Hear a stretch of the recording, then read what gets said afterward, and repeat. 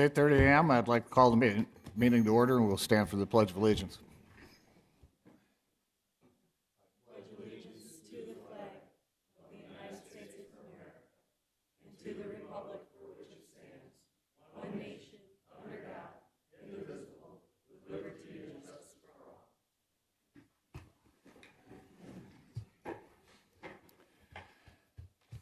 Thank you. Item 3 is an invitation for a citizen to schedule time on the commission agenda for an item not listed. We don't have anybody here, so I don't think we have anybody that signed in the back. Item 4 is the approval of the agenda. We need to add an executive session for personnel and an authorization for Commissioner Boersma to represent the commission at the Planning and Zoning Board tonight so she can vote. And that will be added as item A1 on the consent agenda. Is there any other changes to the agenda? Nope. Motion to approve? So moved. Motion been made and seconded. All those in favor say aye. Aye. Or excuse me, we'd like to have a roll call apparently for that. I didn't miss that. Pierce? So we'll call the roll. Aye. Boersma? Aye. Krogman? Aye. Jensen? Aye. Bartley? Aye. Motion carries.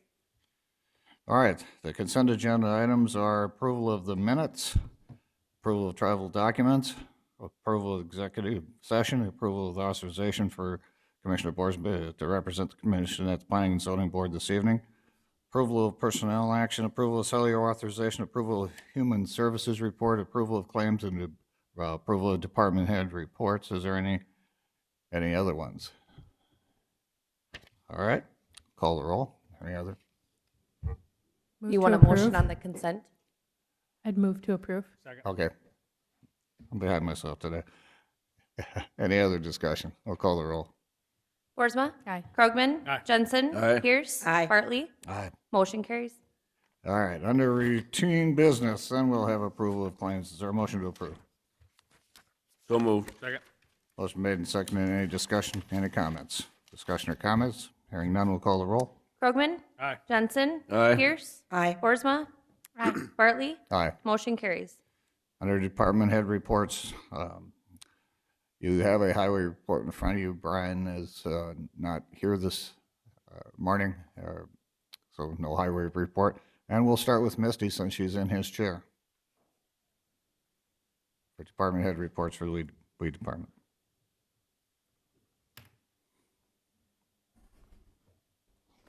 Good morning. Morning. I just have a few short things. February 12th, I'll be in Watertown working at the Farm and Home Show the whole day, helping the State Department of Ag out. I want to let you know February 18th through the 21st. Usually I go the 19th to Aberdeen, but in past years I've always driven in a snowstorm the morning of, so I'm going to go up the evening before. It gets pretty treacherous. So the 18th through the 21st, I'll be in Aberdeen for the Weed and Pest Conference. We go every year. Also want to let you know, bid opening process, we're in the process. I've sent out bids to individuals and we'll have bid opening, excuse me, I worded that wrong. I sent the bids out to individuals and then we'll have bid opening March 4th. 2020 at 10 a.m. for chemicals. And then March 5th, I know I told you last commission meeting, but March 5th at 10 a.m. is the Townsend Township meeting at the BCOAC. Hopefully we can see you all there. Otherwise, I don't have anything else. Is there any questions? Any questions? Thank you, Misty. Marty, we'll take your report next from the Sheriff's Department.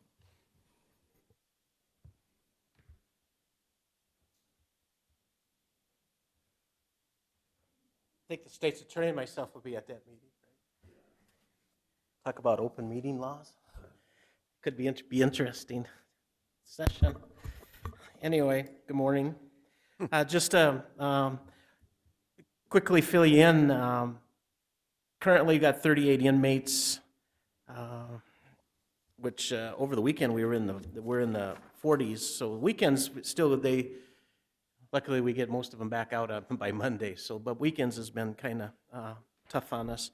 24/7 is down down to 137. So we got 40 on PBTs, so 80 come in during the day. We've got 64 on UAs and 9 on GPS. Marty? yes. Take a quick question on that. You know, we continue to stay really similar on 24/7. Is it working? I mean, because are we seeing relapses, or is it just new people coming in and they're getting out, or what are you seeing?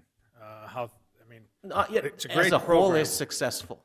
Yeah, if we didn't have 24/7, we'd have more in jail. Well, There are relapses, you know, Okay. there's some that do fail, but they come in for 48 hours. If they come in and they blow hot or test hot, then they'll have to stay for 48 hours. So they have the incarceration kind of hanging over their heads. Right, And that kind of right, stuff. yeah. So Yep, there is some consequences for absolutely. not Yep, doing that. yep, we're pretty tough on that. And then the violation goes to the state's attorney's office, and then it's up to that office what they want to do with them. Sometimes they charge, you know, it's up to Dan what he wants to do with those ones that fail.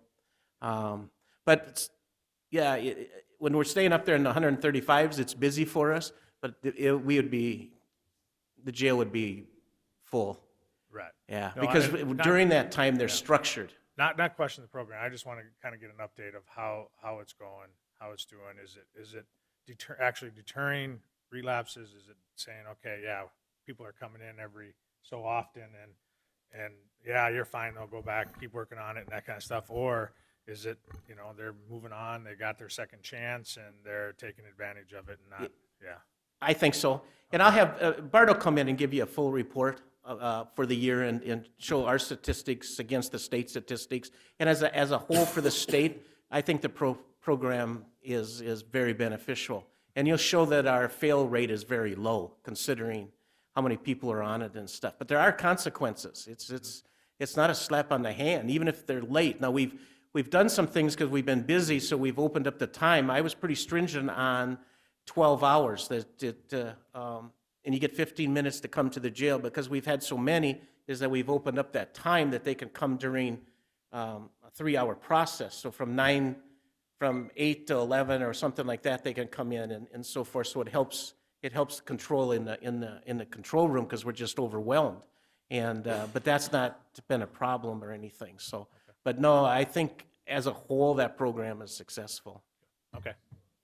I don't know if I really answered your question, you but did, I'll have absolutely. Bart Absolutely. go through, you know, the revenue and what it's, you know, still it's paying for itself. It's Yeah. paying for an extra person to do 24/7 and put ankle bracelets on and those different things. But we do have some failures that, And you know. that's understandable. Yeah. And like I said, we see that number staying consistent pretty often. I mean, quite a bit, staying that number and not, you know, I've fully, you know, liked this program a lot. I just didn't know some feedback from you of what you're seeing, and are they taking advantage of it? Is it working? Is it that kind of stuff? Yeah, definitely I feel it's working, because if we didn't have it, I think our jail would be full. They'd go out and it's structured, so it keeps them sober during the time they're on 24/7. Right. And sometimes the judge goes on and says it's going to be indefinitely. It just depends. And I think last time I reported, I think I had 160, so it's down. So people on the PBTs, it's down. I think it was 55 last time on PBDs that I reported. So those people have reached their, you know, how long they were on 24/7, and they've fulfilled their requirements, and then they come off. The only thing I would add, and there's a lot to talk about here in terms of what those numbers mean and what they are, but 24/7 is primarily a pretrial bond condition. And so if it's a DUI second or felony DUI, or if there's a domestic assault and it's alcohol related, typically the judge almost 100% of the time will order that they do the 24/7 program as a pretrial. And so most of these numbers that we see here, these are individuals that have been charged and they're either waiting to plead guilty or waiting for trial. And so that's why we see the several months of these types of numbers, because they're coming in twice a day. But I think the research is very strong in that if you know that there's an immediate sanction, the 48 hours in jail, if you blow hot, that keeps a lot of people away from alcohol. And so I just echo Marty's sentiments in that I can't imagine our system operating without 24/7, because it acts as such a strong deterrent. Because most of the people that we see on the 24/7 program, is the only reason they're in trouble is because of alcohol. And so if we take that away and we're leveraging it with the 48-hour sanction, it has been hugely successful in terms of keeping people crime-free, keeping the public safer, but also helping these people kick their alcohol addiction ultimately. But I would just say that most of it's pre-trial. It's rare that you're going to see a post-trial conviction being ordered to do 24/7 as a sentencing. It's mostly to keep them alcohol-free during the pendency of their case. So, but there's a lot that can be broken down there. Those are just some tidbits. Thank you. Yep. Thanks. We had 3 emergency committals the month of January, and we had 2 yesterday. So my staff was busy with that yesterday. Also, we've used our laptops in our cars to connect with Sioux Falls on the guys. The deputies go to a welfare check, but it isn't to the point that we take them into custody to bring them in for evaluation. But we're having some problems with the connection. I don't think it's on our side. I think it's in Sioux Falls' side. So poor Sean, he probably doesn't know it yet, but Bart's going to grab Sean, and we're going to go out into the county and see if it's on our side for connecting and stuff. But we think it's more on Sioux Falls' side. So we had some problems with connecting with Sioux Falls with the counselor there. But the one that we had, one of the calls that we got connected with Sioux Falls, the counselor says, well, I think you better take him in for more evaluation for a committal, and so it was right on. We brought him in, and we did the committal and stuff. And so those, we just got to, and that's why we are at test places to get those bugs out and stuff on that. So we're following, us sheriffs are following bills. Every Thursday, we have a conference call with the sheriffs. And there's probably, 20, 30 of us sheriffs that are on the conference call. So we're following a bunch of bills, and there's a lot of good bills, but there's a lot of goofy bills. And there was one on body controlling. One legislator brought a bill to restrict us on our body-worn cameras. It was just ridiculous. But the state's attorneys and the sheriffs and the police chiefs, and we got on it right away, and our lobbyists, and I think we got it kind of niched. But it was going to restrict us so much, might as well not even wear them. It was just ridiculous. But anyway, so there's some good bills, and then there's some common sense ones. There's also the Senator Kennedy, I think it's Kennedy, brought the to reduce the ingestion of methamphetamine to a misdemeanor. So far, we're opposed to that at this point. I don't know where the state's attorneys are. Same. And I think Dan could enlighten you too a little bit on this. But a lot of times it's misleading. You may look at my jail roster and it says that they're in jail for ingestion, but they've been charged with something else and dropped to that, because I think you even mentioned that at Rotary, is that it looks better to have ingestion than possession, or they were involved in some type of assault or whatever, and maybe the assault was dropped and they're in there. So it's kind of misleading. That the opponents or whatever, they say that if they dropped that to misdemeanor, there'd be less people in county jail. Well, I question if that would happen. I doubt it either. Every time they have these bills, it's just like when they reformed the Justice Bill and did all the laws, it says we're going to have less people in jail. Well, there's more people in my jail. There's less people in prison, but there's more people in county jail. So Just clear the record, I'm not dropping assaults to plead to ingestion. okay, yeah. That was probably a bad example. No, you're good, Marty. Bad example. Anyway, some of the bills we're following is evictions. Sometimes smaller counties have to kind of go along with the larger counties. Pennington County and Minnehaha have problems with evictions and getting their notices out and things like that, where we don't struggle with that. And but changing for the bigger counties kind of affects the smaller counties, but that's okay.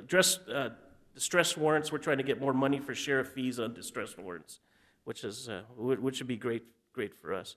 Tomorrow we have a meeting, a security meeting, or a courthouse security meeting at 3 o'clock tomorrow to talk about courthouse needs and security and so forth. I did put a grant in for courthouse security, which I did get back, is that we're going to update our TV, ITV, because I hope the judges will want to use that more. There's talk about that they want to utilize that more. Mine was out of date, and so it's a 75% grant. In other words, the state picked up 75%, and the county's going to have to pick up the other 25. Then I got some new wands for scanning because I'm preparing for probably some security changes. I guess that's it, unless you have any other questions. Any questions for Marty? Hearing none, thank you, Marty. Move on to Vicky's report from the Finance Department.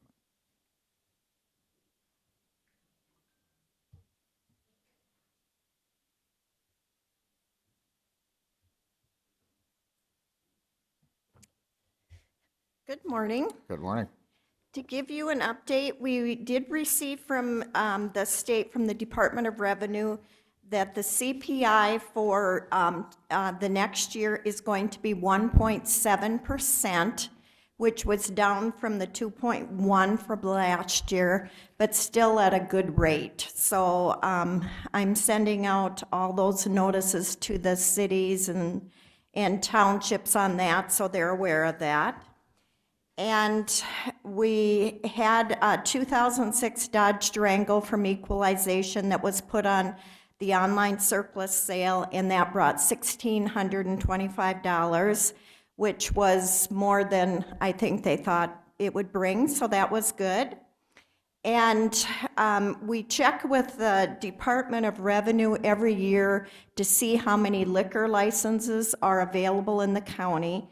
And we still have 7 liquor licenses, and that hasn't changed, but we did have Meadow Creek over in Volga get annexed into the city. So with that, they're now in the city of Volga. So we do have a new liquor license available, and Jenna did run a newspaper ad that is according to our ordinance that we did in 2015 to advertise that for 2 weeks to let people know that it is available. And the applicant has a deadline of 30 days to apply from the last publication date, which will make that March 14th. So we do have 1 liquor license available, so you're aware of that. So that will be something coming up that we'll be discussing if we have any applicants.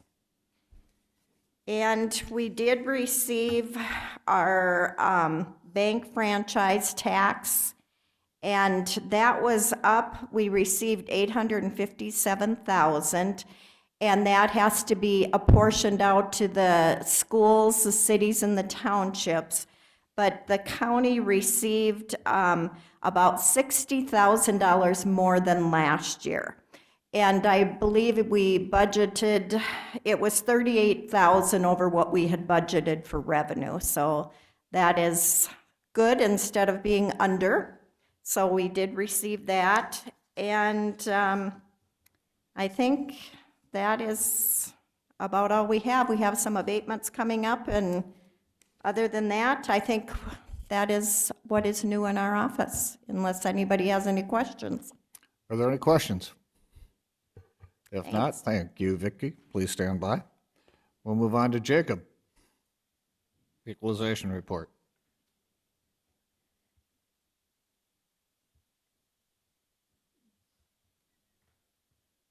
Good morning. Good morning. Big news, the only news from our office right now is that we just wrapped up our assessments. We'll be sending that digital file to qualified pre-sort probably today or tomorrow at the latest. And they're projecting that they'll have it out in the mail by the week of the 17th through the 20th or 21st of February. So that's 2 weeks to 10 days before they have to be out by law. So Good. that's all I have. All right. Any questions for Jacob? You'll be standing by for the regular business. Bob Hill, Planning and Zoning Emergency Management Report.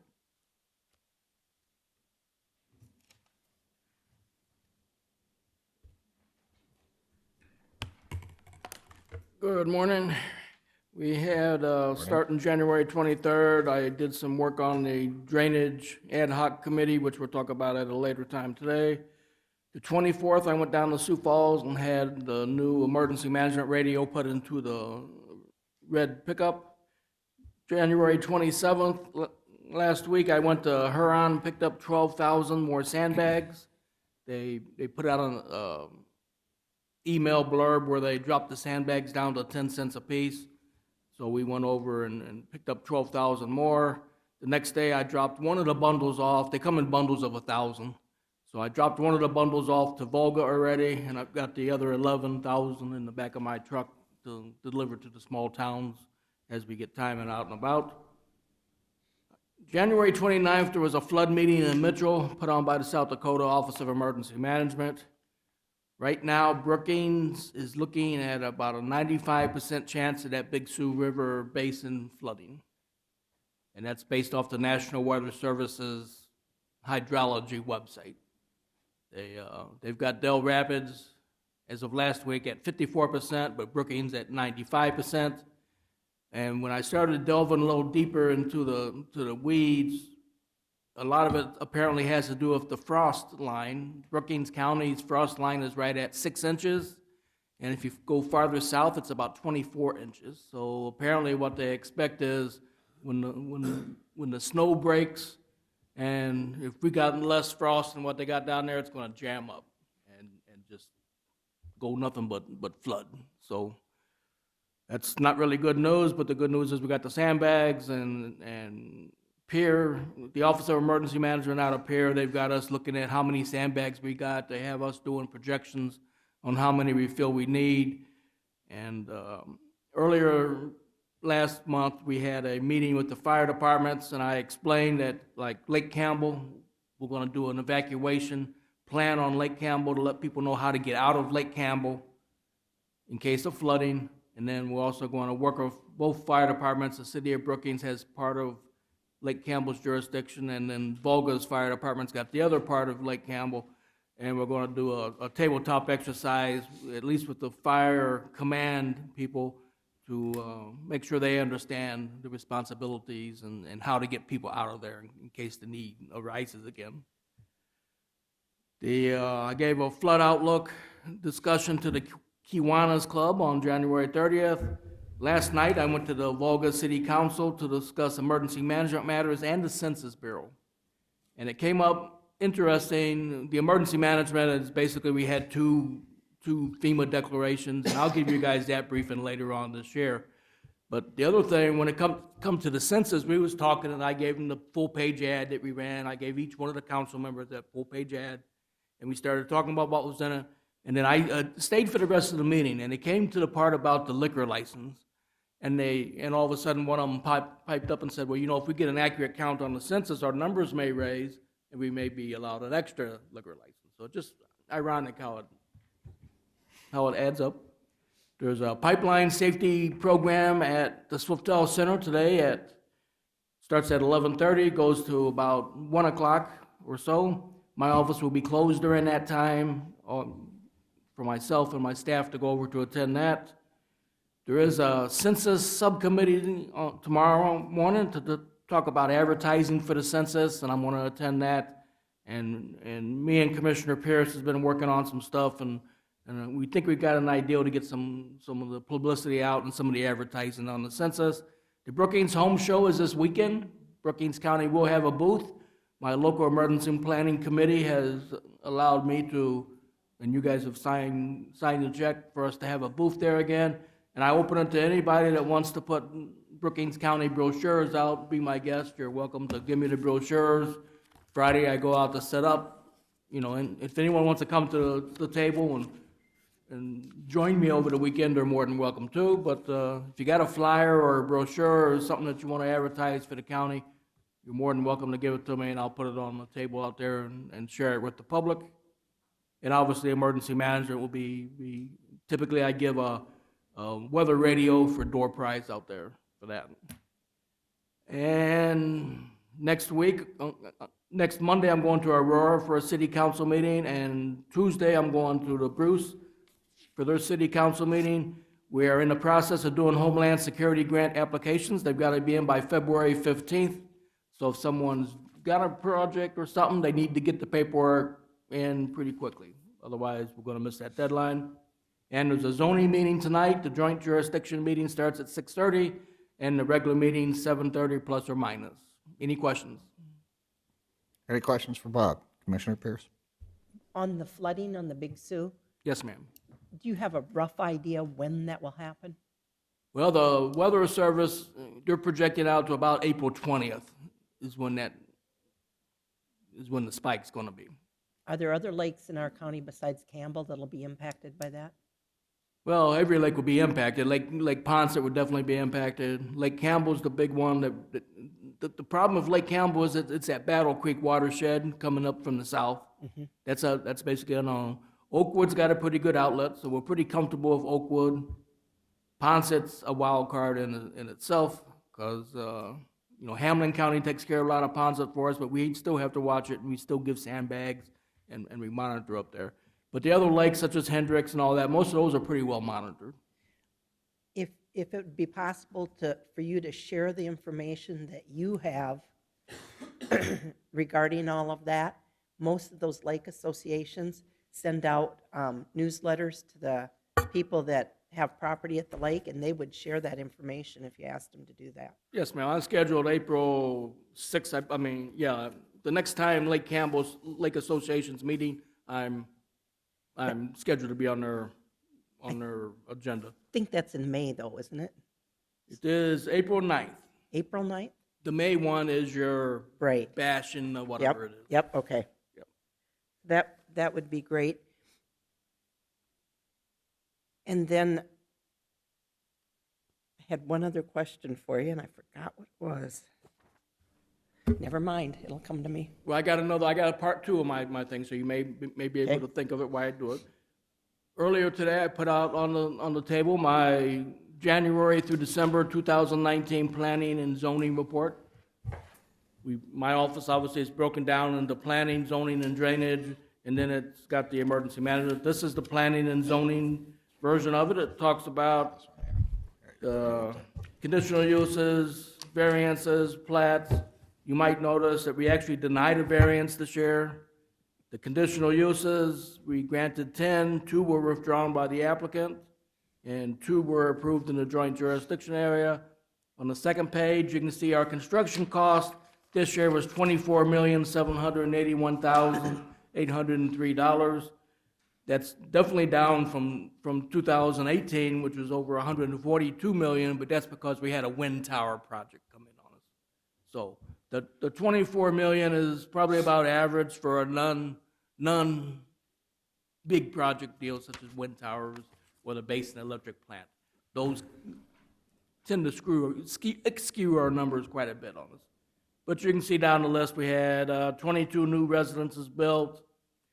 We're way down on grain bins. Of course, that's because of the economy and stuff. People just stop.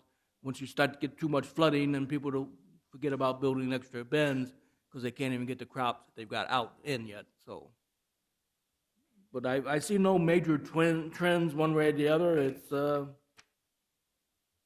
we had our regular scheduled planning meetings.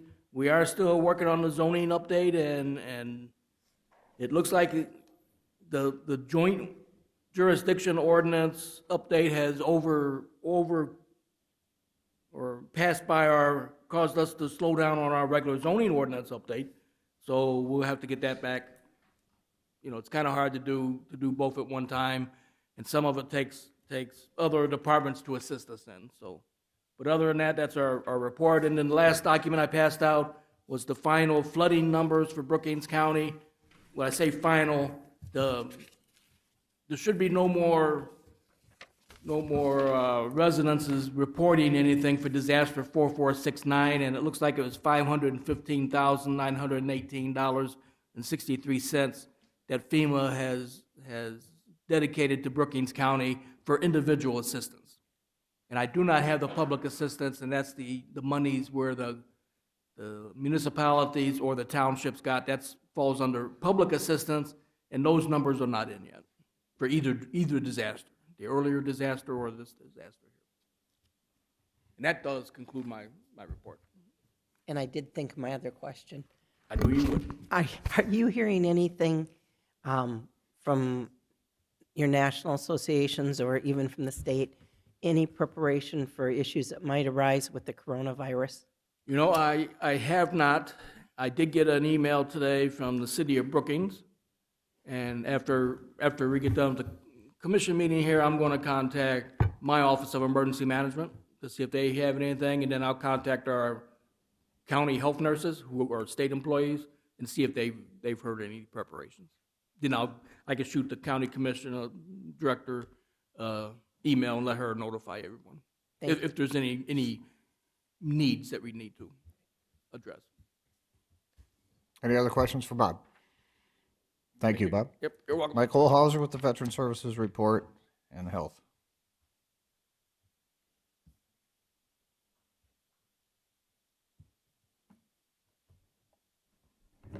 Good morning. The first thing I want to talk about is the USD Law School is coming up to, on March 7th, we'll be at the VFW for veterans, and they're going to help any veteran or service member with legal questions, wills, any kind of legal question that they have. There'll be both students and professors from the law school that'll be there. It goes from 9 a.m. to 3, and I'm planning on trying to be in there for part of it. I'm not sure how much I can attend, but that is on a Saturday. Other than that, I'm still going up on campus and meeting with the SDSU veterans group there at the VARC.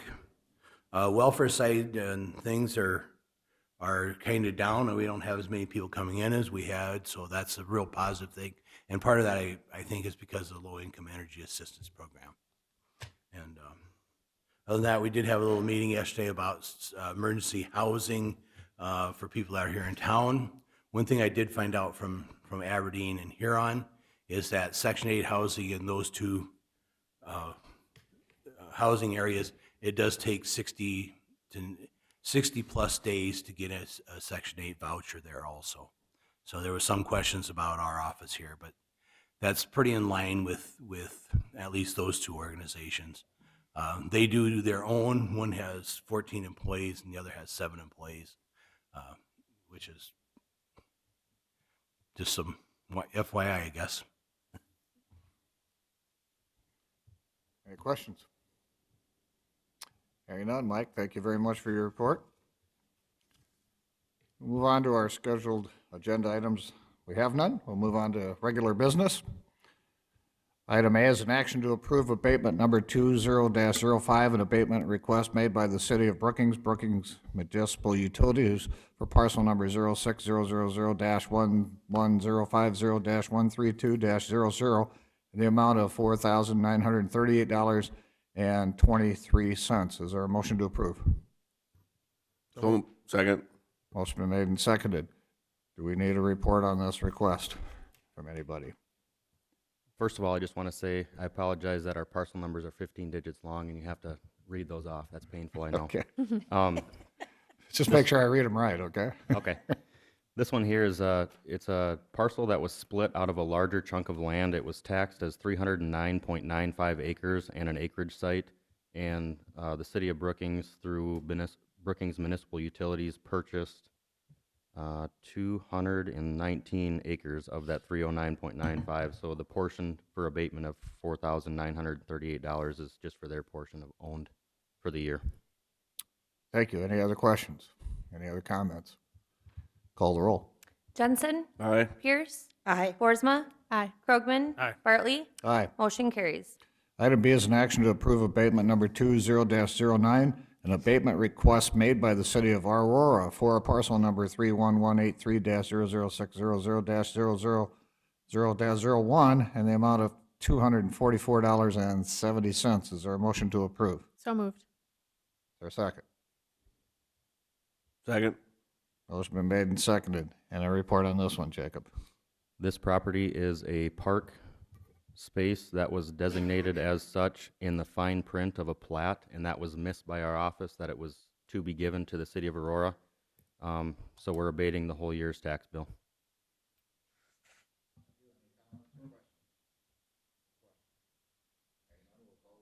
Pierce, Aye. Boersma, Aye. Krogman, Abstain? Jensen, Aye. Bartley, Aye. motion carries. Item C is an action to approve abatement number 20-10, an abatement request for a property tax exemption for parcel number 22980-11051-202-10 in the amount of $1,322.47. Is there a motion to approve? So moved. Second. Motion been made and seconded. Any questions of the report? This one here, the circumstance is they received their paperwork from the VA office, which takes a little bit of time, and the retroactive date of qualification was a year prior. All righty. Any other questions or comments? Questions or comments? Call the roll. Boersma, Aye. Krogman, Aye. Jensen, Aye. Pierce, Aye. Bartley, Aye. motion carries. Item D is an action to approve abatement number 20-11, an abatement request for a property tax exemption for parcel number 34960-10947-211-15 and parcel number 34960-10947-211-85 in the amount of $899.94 for 2018 pay in 2019 and the amount of $197.98 for the 2019 pay in 2020. Is there a motion to approve?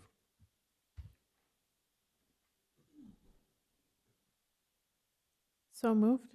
Is there a second? I'll second for discussion. Motion been made and seconded. Give a report first. This is the same circumstance as the last abatement, however, the retroactive date of qualification was 2 years prior. So therefore, by law, we can we can go back to the date of qualification. Okay, questions? Yeah, I guess we have this number here, and I look on the sheet. Maybe I'm looking on the wrong one here. Nope. I had the same question. It says it's, for 1 year, it's $899.94, and then the 2019 and 2020 is $917.98. Why are we have 197? I think that was just a typo. Okay. Yeah, So we- transpose the 1 and the 9. Okay. So do we need to, Amend. what has to be correct? This We need or- to make an amendment to correct the amount from 197.98 to whatever you said it was. Okay, I'll make an amendment for the 2019 payable in 2020 to $917.98 rather than the $978.98. Okay, is there a second? It should be $917.98 Yeah, instead that's of what $197.98. What did I say? Not that. I thought, okay, that's fine. I understood where you were You going. got the first so. part right. Yeah, okay. Do we have a second to that amendment? Second's Second. been had. Okay, thank you. Any discussion on the amendment?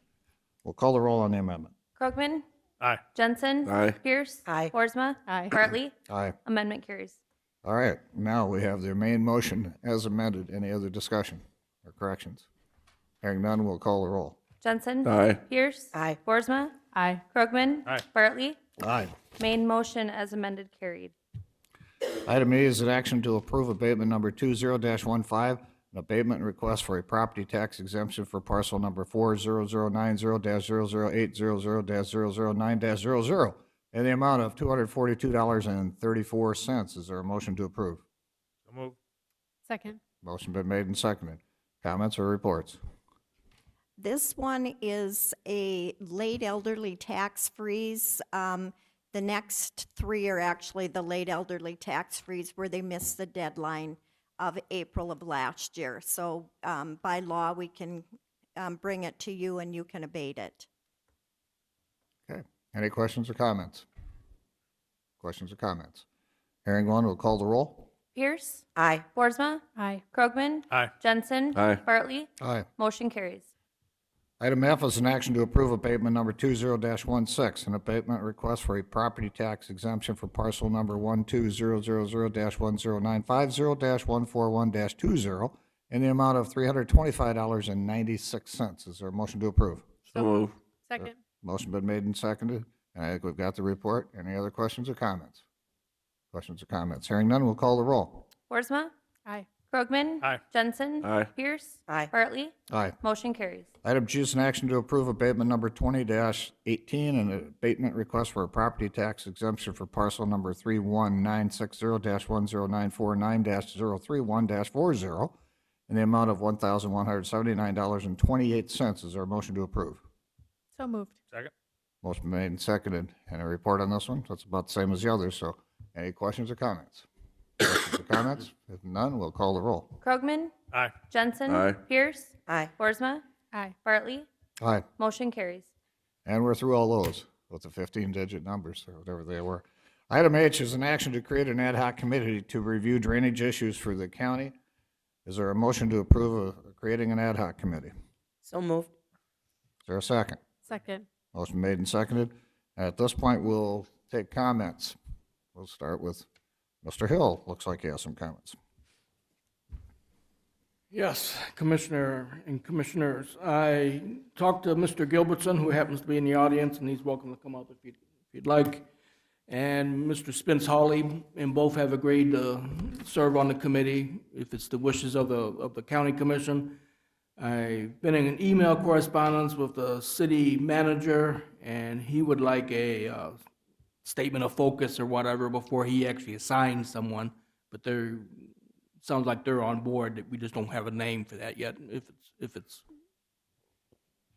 decided to go forward with. All right. Questions or comments?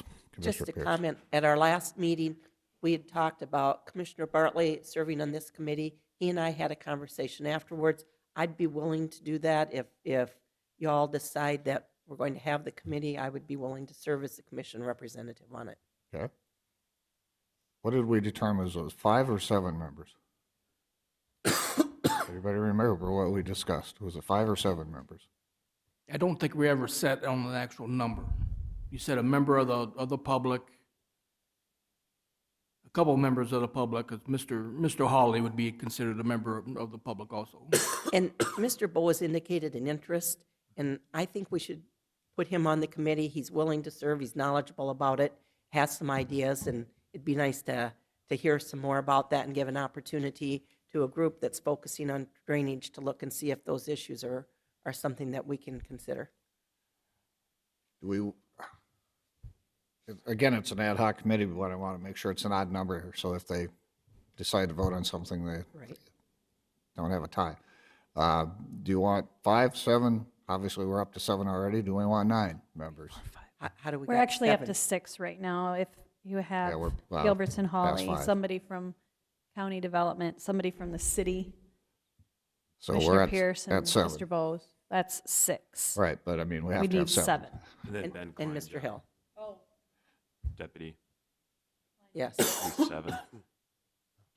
Do you want to limit it to that, or do you want to go 9 members? My question is how long do we suspect this committee is going to be active? Well, would you mind if I bring Mr. Gilbertson up and he can Certainly can. assist Yes, us? this is a comment period, and we need to determine these things. Because one of the things, me and Mr. Gilbertson had a discussion, and I was explaining to you, we've got images from 2019, one set in the spring, one set in the fall.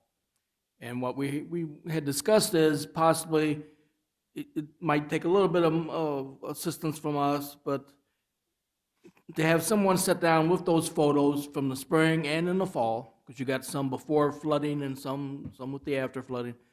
Because from what I understand, the goal of this committee, and we would set better goals once we had our first meeting, obviously, but is to figure out, get a snapshot of what our drainage issues is throughout the whole county. All right, Commissioner Krogman had a question. And that was my question.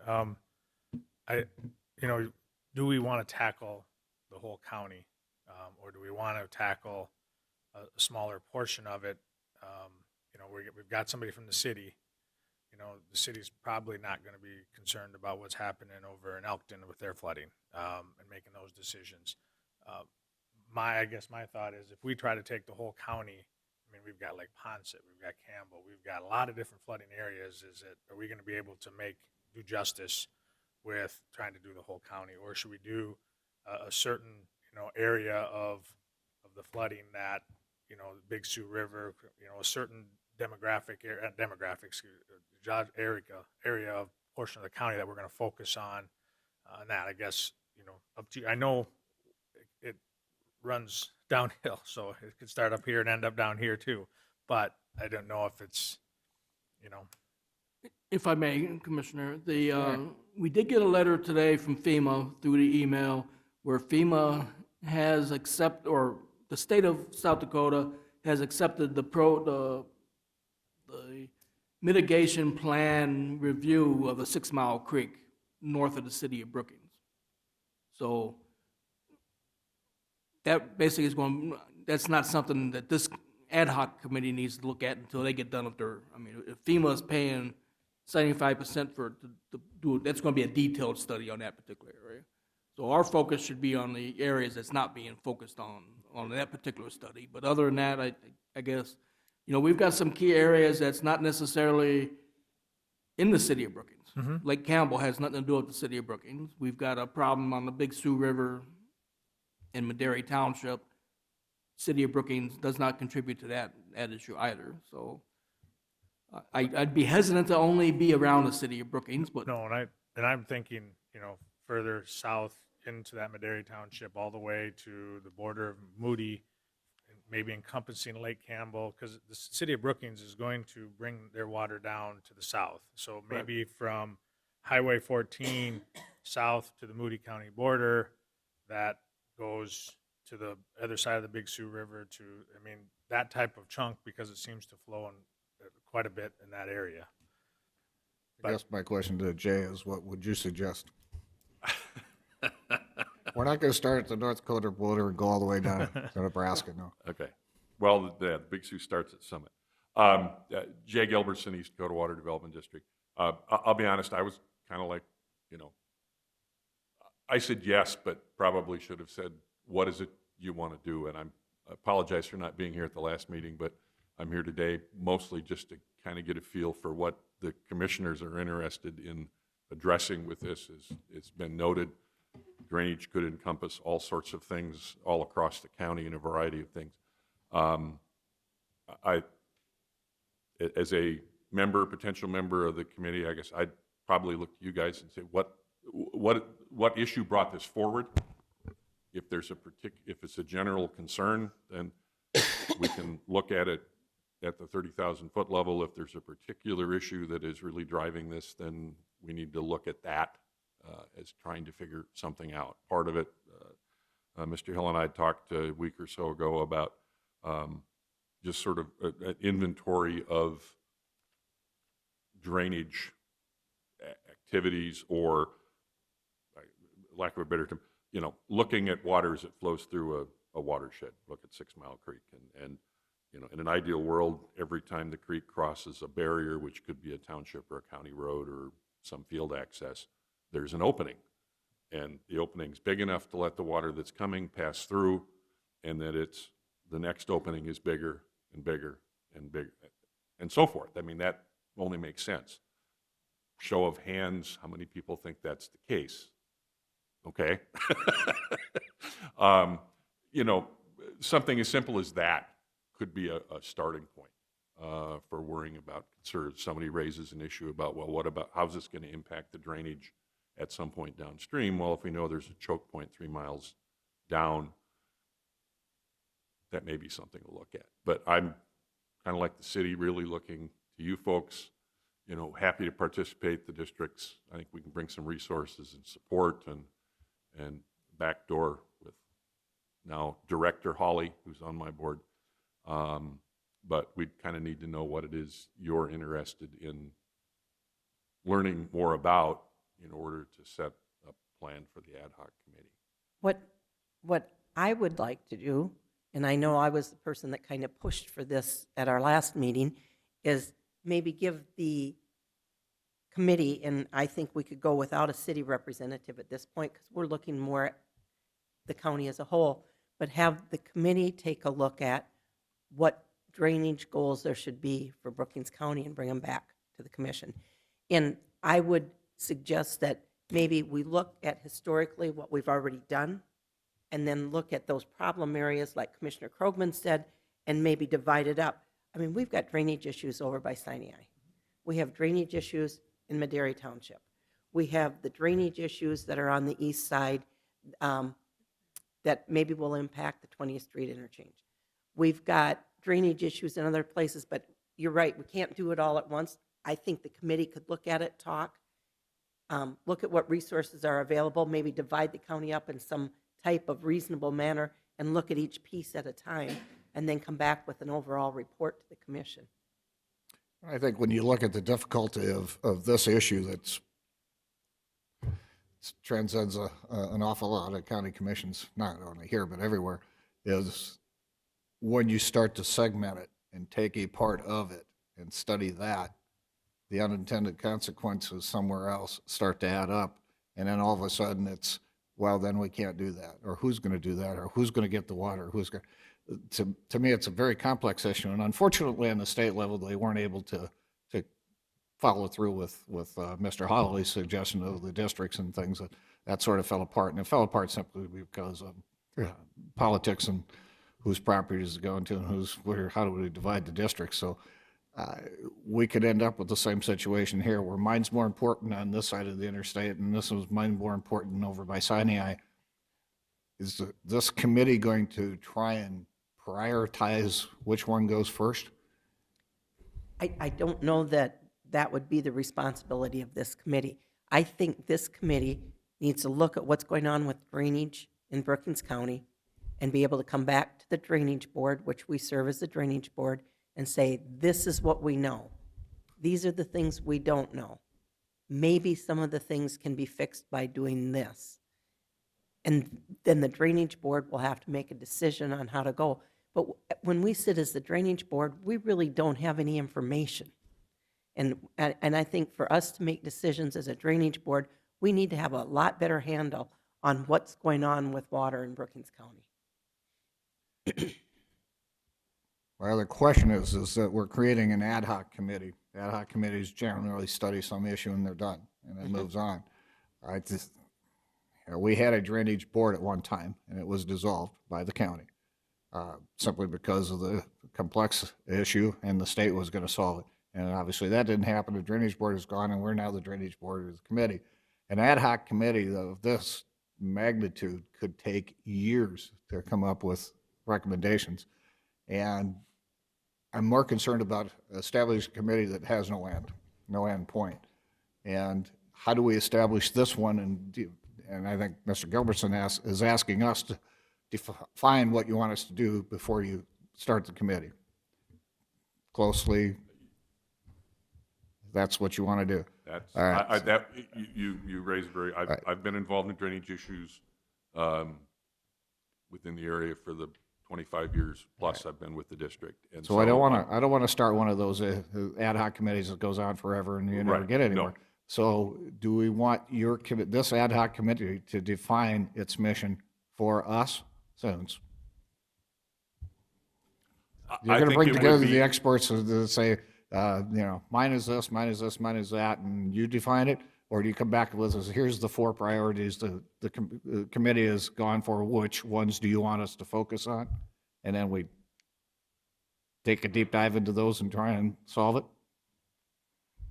I think that it would, if there's something in particular you're interested in, that would be good to know. I think otherwise we could certainly get together, come up with what we believe are the hot button issues, bring those back to the commission and look for further guidance. But I think it would be a lot easier. I mean, there's any number of things that could be looked into. And so if there's a particular issue or issues that you are very concerned with, or you have constituents who've raised issues, that would define marching orders for the group and provide focus and an endpoint for the group, as opposed to something analogous to the state drainage task force, which went on for 5 years and accomplished nada. Well, and I don't want that to happen with this ad hoc committee. I want a defined focus. If it's Brookings County, that's a defined focus. If it's concerns of one or two individuals not wanting somebody's water and it ought to go somewhere else and somebody else has got the problem, then that's a defined issue. The unintended consequences, the committee has to look at. Somehow or another, I want this to have an endpoint. And before we start the committee, if we can't define an endpoint before we start the ad hoc committee or appoint members to it, at least we need to know that the ad hoc committee will come back to us within a certain amount of time and say, here's the hot point issues that we want to attempt, and then we can make a decision whether those are appropriate or not. I got an idea, I guess, on this. My experience Please. with dealing with drainage is it gets to a point where it runs into the federal government or the state government, and then we stop because we can't do anything. And, well, it's the Corps of Engineers has control of this, so we stop. I guess I was thinking with Mr. Hill talking to this, we have these photos of before and after. Maybe this committee could take those photos and identify the areas that have been impacted over this type of flooding that we've had, which is a 100-year type of flooding. So we know those areas that may not have flooded for 10 years, but now have flooded, ones that consistently flood, and identify those and bring back to us those areas that are prone to flooding, whether it's in 10 years or 100 years. And maybe there's some small things like culverts or something that we can pick and choose and try to get those so when we get high water again in 20 years, that one's just taken care of. And if you get to a point where it's like, okay, it's going into the Big Sioux River and we got to talk to the Corps before we build a ditch to go to there, we can't go any further. But at least it's something attainable by this committee that they can come up with recommendations and not get stuck every time we go to a spot and go. So I think we have some opportunity here as the timing of these pictures to show where we're flooding exactly in Brookings County, identify that, and keep that of record, and then use the experiences of previous times that this is a major issue, or no, this is a seasonal issue, or no, this is a 10-year issue. And if there's recommendations for us saying this stuff here could easily be rectified if you put a culvert in here, it would take care of this. Maybe we can pick and choose from there. Go ahead. Some of the discussion, if you recall, from a couple of weeks ago when Mr. Bose was here, his comment was drainage ways are blocked. And I think that's kind of what spurred the comment about, well, let's get a committee together and look to see if truly indeed there are drainage ways that are blocked. And if you're going to suggest to keep the group at 7, and if this is a county issue and you don't want someone from the city represented, I would suggest maybe putting Jim Sampson, our GIS tech, in that position instead, because he is familiar with the imagery and would be able to at least assist in that manner. And I think Bob had visited with him, and he was aware that he was going to be involved, could be involved with this committee. And I think the other thing that we talked about, and the reason that Ben is recommended to be on the committee, is are there already statutes in place that are not being followed that would help with the drainage issue? And that's why we'd like some input from the state's attorney's office on that. If there are some things that we should be doing as a county to enforce what the state's already passed a law on. And that would have to do with block drainage ways, for one thing. All right, my second question is, if we leave it at 7 and we have all these other consultants that can come into the committee and make testimony like GIS or like Ben, they don't need to necessarily be on the committee, but if there's an issue, they can come and visit with the committee and give them their expertise. I always get concerned when you get a committee too big, and here's my only issue, and I don't really care about the rest of it. I'm only here for the legal part of it, and that's just a small part, but I got to go to all the meetings, and pretty soon committees, ad hoc committees fall apart. I mean, I've seen it all the time. Or you look at our joint jurisdiction one, at the end, we were struggling to keep a quorum together because it took too long. But we had a lot of individuals that had expertise in certain areas that might have been better served if the committee brought them in for testimony and questions that would help them. So I don't want the committee to get too big. I want the committee to be defined, but I also think somehow or another, we've got to come up with a plan to tell them what we want them to study. And if it's culverts, then that's the issue. If it's getting it off somebody's land, through somebody else's land, and there's a legal part of it, let the committee do that research and get it put together. I don't expect everybody to have the expertise to be assigned to the committee, otherwise we will never get it done. So my question goes back to how many members you want, and we'll figure out how it should go. And I guess at this point, Leanne has agreed to serve on the committee. Maybe we can come up for a recommendation for appointments at our next meeting and get those people locked down. Could I just offer, if you want to get it down to 5, Jim Sampson, our GIS tech, and maybe Ben Kleinjohn would not be members per se, but brought in as an as needed throughout the discussion. So then that would bring it down to 5. Mr. Gilbertson, Mr. Hawley, Commissioner Pierce, Mr. Bowes, and then a representative from the County Development Office would make up the committee, and then you could bring in like GIS or the attorney's office, state's attorney's office as needed. Bob, what you had mentioned at the beginning, taking the pictures and stuff. What was your idea of this ad hoc committee's intentions? Well, again, from what I understood, we wanted to know what drainage issues we had countywide, in case the state legislators ever pass some sort of laws, then we know what to either apply for or how we need to shift our focus at the county level. You know, right now, we know where our drainage districts are, we know where our watersheds are, but there's key points on the Big Sioux River and on some of these other creeks where there's jams, blockages, and we don't know where all those are. So if we had a list of everything that we consider to be a problem area, then if the state ever comes on board and gives different authority, we've got some authority now, there's no doubt about that. But the 1986 law is antiquated, and some of the authority that it gives, you know, it doesn't give anyone the power to go on someone else's land unless they're part of a district and they pay into taxes on that. And then I think there is some enforcement on drainage. But other than that, as a county citizen, we're not allowed to go on someone's land. You can't just arbitrarily start digging on someone else's land. Good way to get shot. So, but if we had a snapshot of what we've got, what trouble areas we got the photos will last forever. We can document it on the GIS and still continue on. You know, you were referencing that the drainage board went away. The drainage board did not go away. The Brookings County Commission has always been the drainage board from 1986, as far as I'm aware of. Was there a committee before that? What went away was the drainage ordinance. Okay. Drainage ordinance was removed, I The want to ordinance say was 2009 or removed. Okay. 2011 is when it was withdrawn. Would you be willing to consider 7, because that takes care of the odd number, and have that be Mr. Hill, Mr. Gilbertson, Mr. Hawley, Jim, his last name is Sampson. I wanted to say Simpson, and I knew that wasn't right. And myself and Ben and Mr. Bowes, and give us 12 months to come back with a report to the commission.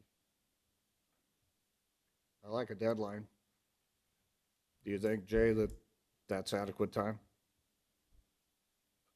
Yes, absent a decision on what our mission is going to be, I think that's enough time to get together, talk about what the issues are, come up with a plan, knowing that things would have to be completed a year from now. Well, we'll get I like- aerial, I like aerial it. photos again this spring, I'm sure. Well, That may modify what that looks like, so. The motion's on the floor to create the committee. You want to amend that motion to state the 7 members? 7 members, 12 months, can make interim reports or just a final report at the end, depending on what we find out. Is there a second to that? Or you, this amendment, is there a second? I'll second. Is a second? Could I Yeah. make what about funds? I've got approximately $600 in my drainage budget. I was going to go there next. Oh, okay. Are we authorizing this committee to spend or expend any funds? Well, we're going To to what need limit? some money. I'm thinking there will be something. If we're looking at aerial photos, there'll be some expense, again. I don't know what you have now. I got $600. No, in I a mean, travel line and- aerial photography is what we're Oh, talking about. the area photography we've got. The question's going to be, are we going to have to hire someone like from SDSU, a student intern, to help us do this? Obviously, the 7 people that's on here, only one of them knows GIS real good and can interpret. I know a little bit, probably not enough anymore to do anything with aerial imaging. So we may need the expertise of Mr. Gilbertson's office. Well, we need an update on the aerial imagery from this spring. Well, the aerial imaging's been paid for. We don't need any money to buy stuff like that. Anything we're going to need money on is Okay. to hire people through Mr. Gilbertson's office to assist us, bodies to look at stuff. Do we have to decide that now? If we figure out that we need some money, can't we come back and Aerial ask for imagery it? is hundreds of thousands of Yeah, dollars. it costs a lot of money to do aerial imagery. And you can't fly a drone anymore. What? After you identify an area that you deem there's a problem there, what's gonna take place then? We would evaluate the culvert situation. We use the county we use whatever data is freely available, like at the county highway shop. If it's a bridge, we know that there's a bridge sheet on every bridge in Brookings County, especially the larger bridges. If it's a county culvert, there's probably some information on elevations and flow rates and stuff like that. And if there's not, Mr. Gilbertson has some limited capability, from what I understand, to do a flow weight, a simple flow study through a culvert. I don't mean to put words in Mr. Gilbertson's mouth, but And then will it be a recommendation to say the townships that you need to replace this culvert? Or is it a recommendation to the landowner, you need to remove this fence line because it's holding water? Or it would be a documentation brought back to this board to show you what the issue is. And then it would be up to the drainage board to assist. Obviously, I'm part of the drainage board as the non-elected person. It would be the documentation of what's out there. And then if the issue comes up, we can say, well, we know what your problem is, here's what the problem is. Whether or not it goes down to the individual landowner would be up to the drainage board on what to release. we've been doing this in Madera Township for how many years, Bob? We know the problem. We can't do anything about it. I'm not arguing with you, Commissioner. No, I'm just stating what, we're doing all this, what's it gonna lead to? Are we gonna get any results? Are we able to do anything once we find all this criteria? I think there'll be opportunities in certain areas that will have some stuff to do with it, what's in our capabilities. Whether it's to replace some culverts, make some bigger ones, we pay for it and we have it done. Or it's, talking to landowners and moving stuff. The Madera one is probably the largest, biggest issue we've had, and we have to run in with the Corps, we have to run in with FSA offices, easements. I mean, it's just, that one's not going to be probably handled by this ad hoc committee, but I think there's problems throughout the county that they can identify, and we can see areas that we can tackle ourselves. If we can throw a little money at it to get it done, I think that's what we got to keep working on. And the larger ones, I've been on here 8 years now, and you run into roadblocks after roadblock after roadblock. But that doesn't mean we shouldn't look at try other areas and keep trying some of this stuff and try to make an effort at trying to control as much as we can. But I mean, everything goes to the Big Sioux River for us, and when it gets to that, it's out of our control, I think, of what goes in and how much goes in, and do we have to do retention or detention ponds so it doesn't go in there and we have to pay for something like that? I don't know. That's where we start getting into the government stuff that we can't answer that question. But the question, those are good points, but also the question to Commissioner Jensen's comments were, if we get another FEMA declaration in a year or two, and we've got these recommendations, and if FEMA comes in and the township needs to replace a culvert, and we've got a choice to put a bigger culvert in, Those are the kind of things that FEMA wants to look at and see that, yes, you've looked at the situation, we can make it better. FEMA typically has no problem assisting in, if you're upgrading from a blown-out culvert to make the situation better.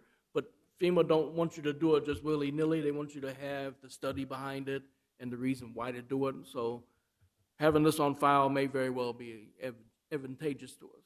So to get to that point, we start with a 30,000-foot look. We narrow it down to the 100-foot look, altitude look, then take it back to 30,000 for the feds to look at it again.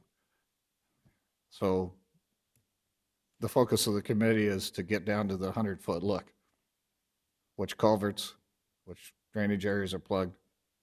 If that's the focus, if you start at 30,000 with your aerial photography and your GIS, are we expecting them to come back with those recommendations at the 100-foot level? Is that the focus of the group? Again, I think if we get the pictures of all the different areas, maybe we could then pick and choose a few of them that we can get some stuff done. So then we'd go to the ad hoc committee and say, let's look at this chunk over here. This looks like something we might be able to handle here, that we could clean a couple things out and add a couple digits. And then maybe the ad hoc committee would then take a look at the 100-foot look at that area and say, these are the recommendations that would help us. And we go to that one. And maybe we list them, and there's 25 spots. And this one is, the Madera Township, this is where we need to start, and that's going to take us 5 years. But this one we can do within the next couple of years if we do this. And we just keep working on all of them. But I can't expect them to do all of them at the same time. I think we just got to try to pick what we can and go. I think the imagery that we've got, just from what we looked at preliminarily, we might be able to key in on some big issues that we didn't even realize was out there. And I think that's what the opportunity is here, is to see that with the flooding.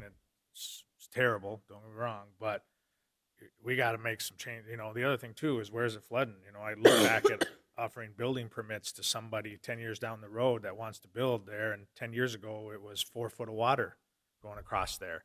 That information is valuable to you or to us as a building zoning area to say, no, we're not giving you this building permit because this is what it looked like 10 years ago, and you're in the floodplain and that kind of thing. And so I think there's an opportunity here to identify these areas in our county that either we need to fix or that kind of stuff. So if we can. We'll give it the best shot. Commissioner Borsman? On the whole, I would say it's important to recognize that while I support this as a concept, we shouldn't be establishing ad hoc committees that don't have a clear purpose, mission, timeline. So I would like to see an actual document that states those priorities for that committee at our next meeting. So we can have this conversation, but if we don't actually document what their purpose and goals are, I feel like we're missing the point, because we're asking people to serve on a committee that has such an open-ended idea, and the I think and I don't know is a really challenging thing for an ad hoc committee to actually get behind and figure out what they're doing first. So a clearer plan of attack in written form is what we should be approving if we're actually approving the formation of an ad hoc committee. And right now, there's also no plan for how the public engages in this. We're just handpicking our people, which is fine. But this is a really big issue that an awful lot of people have a vested interest in. And to not have any plan for how the public engages with this process is also a little bit short-sighted on our part. I would assume the committee would take some public testimony along the way if they chose to do so, but I guess I agree with you. We have to have a sharp focus, and if the focus is the immediate things that we can do in a 5-year plan, per se, outside of our control, there isn't much we can do with the feds, but provide them a document that says this is what we prefer. And rather than 6 residents saying we want this done, it's a county document. Jay, I'm going to rely on you. You've worked with several committees in your lifetime on these types of issues. How focused do you want us to be on this particular ad hoc committee? Do you want us to be focused on the 100-foot level? To get anything accomplished, we got to get down to the 100-foot level. not 30,000 feet. Yeah.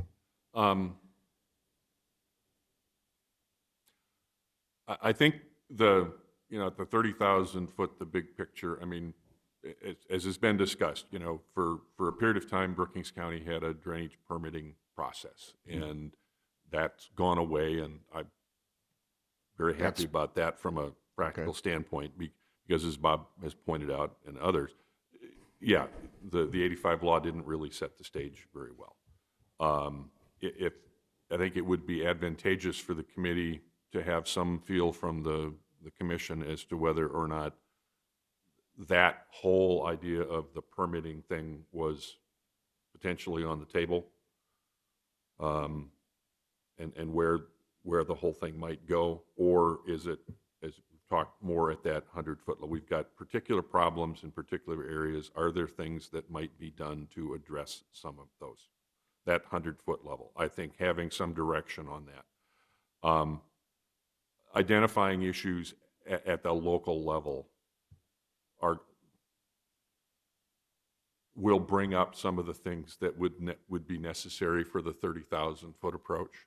Right. The absence of information in certain cases. Somewhere you have to. Yeah, look at the if we unintended picked an consequences. area, if the Corps is going to look at, or someone's going to look at 6 Mile, then, fine, if we targeted a different part of the world, and I would agree that Madera Township is probably the worst case scenario, but some other area that a sub-basin or a sub-watershed that can be looked at and say, okay, what are the factors that are driving flooding in this area? Could provide a great template for both looking at other parts, but then looking at the county as a whole, that big 30,000 foot level. That would be really, I think, very, very helpful. Otherwise, we're going to wander off in a lot of different directions.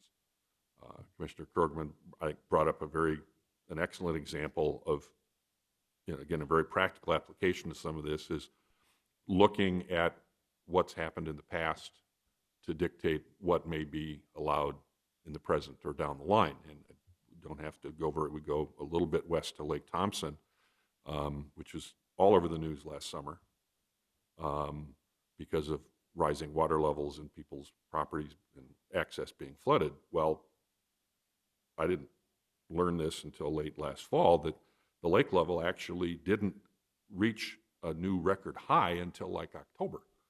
It had been higher in 2011, 8 years earlier, during all the time everybody was getting all worked up and screaming and yelling. Yeah, some decisions were made to allow any number of things to happen in areas that had a clear history of being underwater. And if nothing more came out of this effort than a commitment or a building into the system here in Brookings County, prohibitions, things to stop that sort of development, that would be huge. And so, but no, having a focus would be far preferred.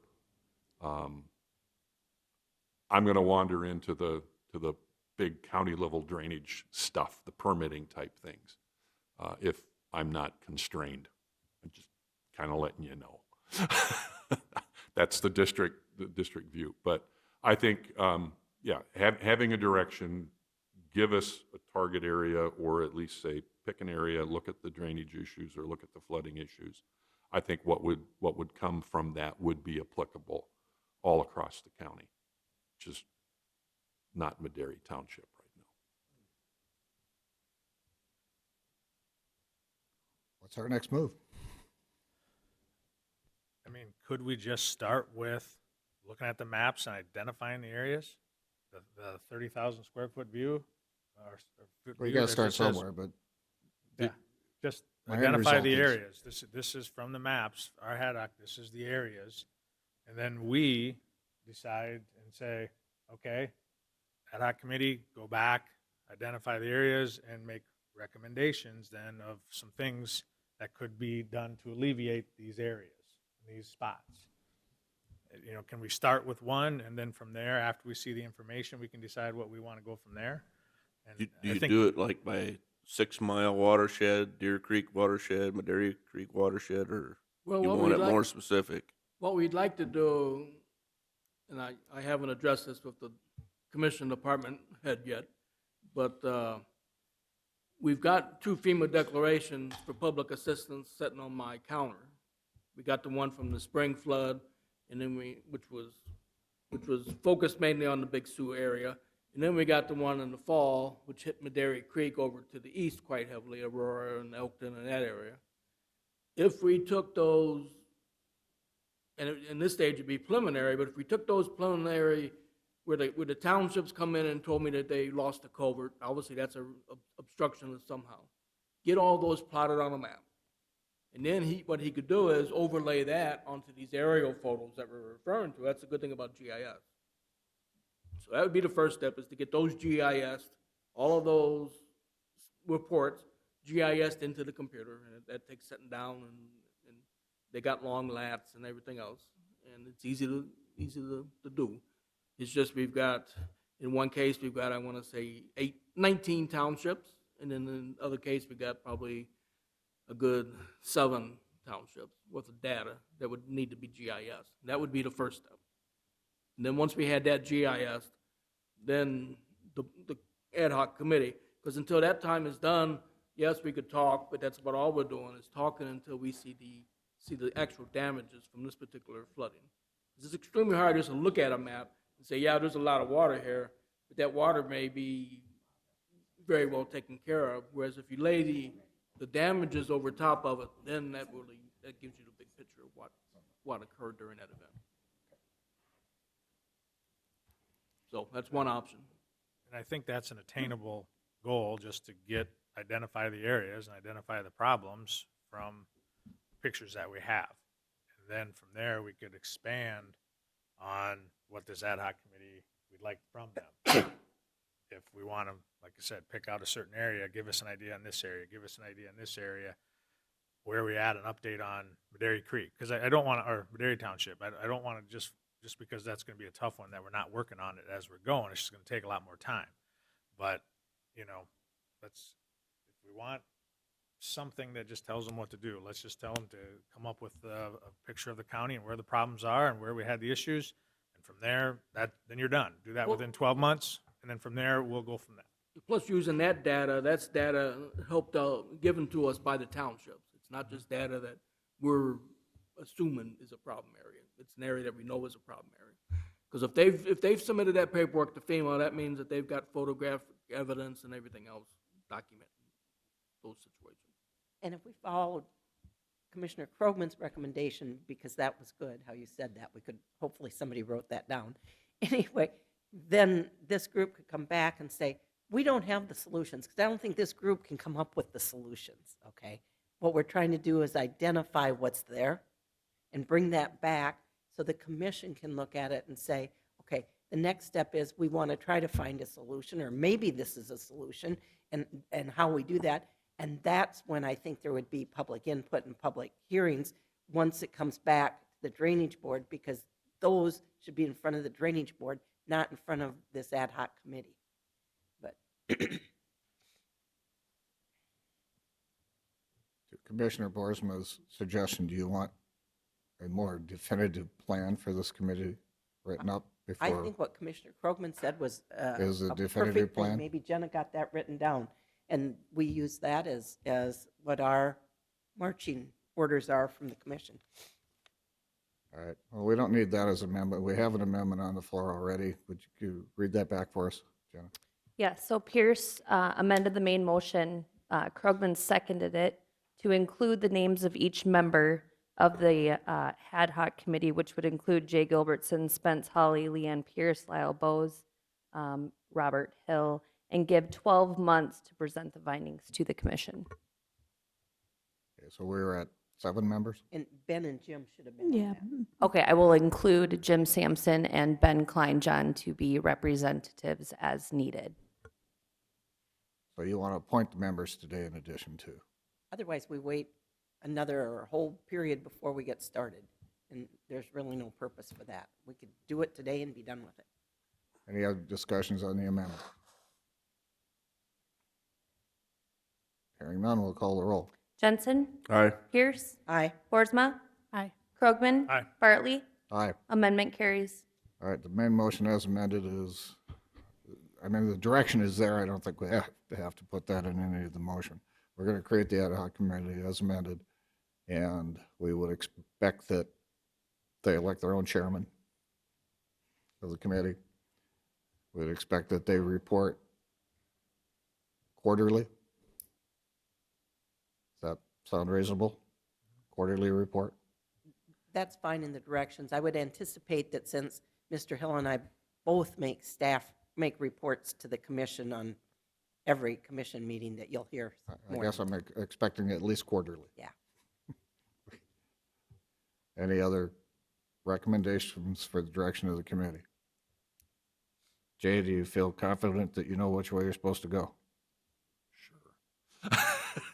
As I think there's as much direction here as there has been on most other drainage things. I think we can make progress. All right. Bob? Any further directions on the directions? We will, once we have our first meeting, I think we'll be able to bring you back a good set of goals, if nothing else. Okay. So we still have the main motion to vote on? Are there any other comments or questions? If not, we'll call the roll.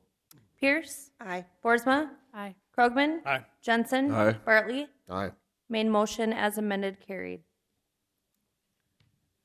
Thank you, Jay. Thank you, Bob. Thank you, question mark. Item I is an action to approve a request to fill vacancy for director at the Brookings County Outdoor Adventure Center. Is there a motion to approve? So moved. Is there a second? Second. Motion been made and seconded. Any comments? Any questions or comments? Hearing none, all those in favor say aye. Aye. Opposed, nay. Motion carries. Item J is an action to approve a request to fill vacancy for a patrol deputy sheriff in the sheriff's office. Is there a motion to approve? So moved. Second. Motion been made and seconded. Any comments or questions?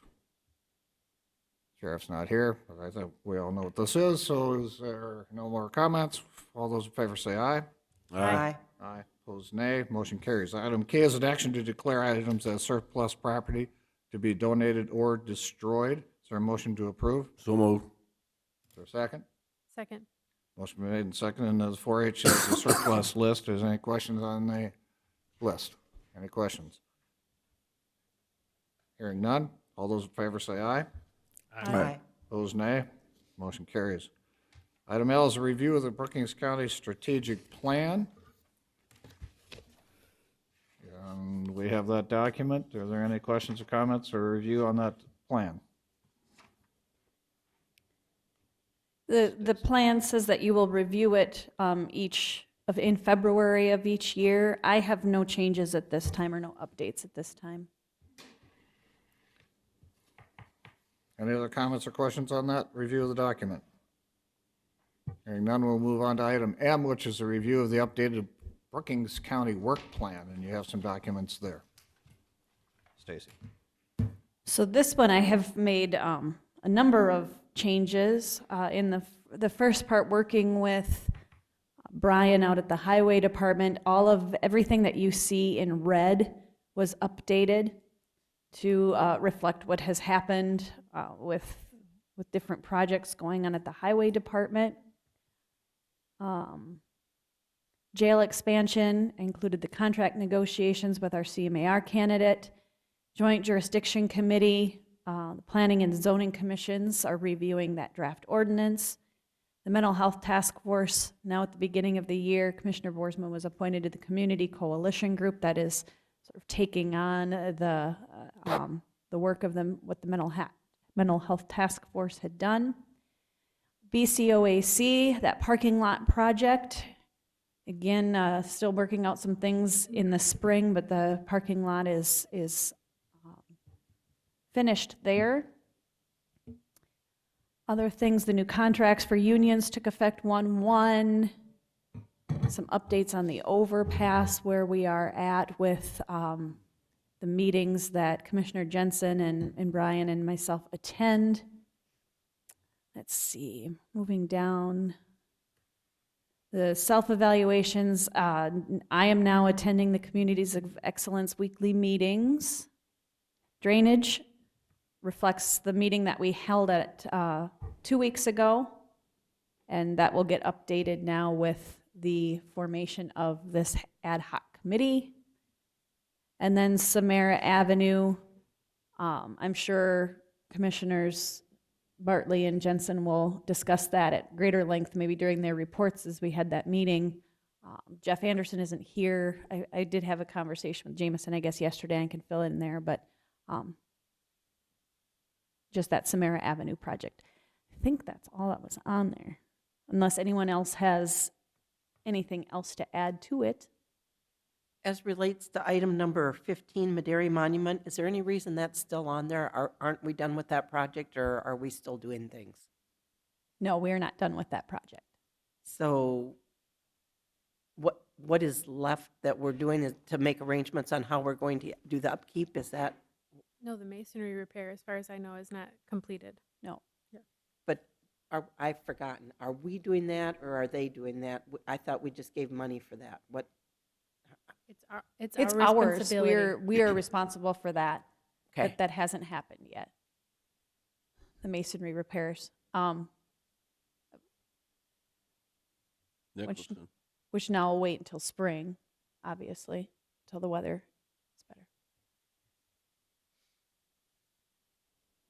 And then it would be some additional discussion on just the upkeep of the site itself. I wonder on number 12, the self-evaluation.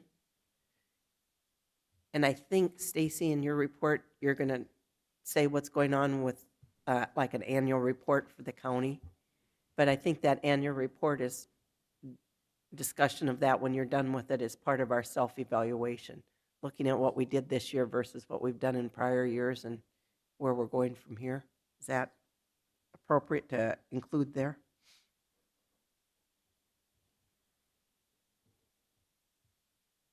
The self-evaluation, yes, the annual report, I'm working on that for 19, yeah. I mean, we just are wrapping up, I think, have we officially closed out 2019 now, or not quite yet, Not yet, Vicki? no. So I've been waiting for final numbers from the finance office. This is something brand new, so I'm playing around with different things on how I want to present that, but that's kind of where I'm at right now, is just waiting for the 2019 fiscal year to be officially closed, so I have final numbers. So, And that all works. I was just wondering if under our self-evaluation part of our work plan, we want to put in there, review the annual report when it's done. I can add that.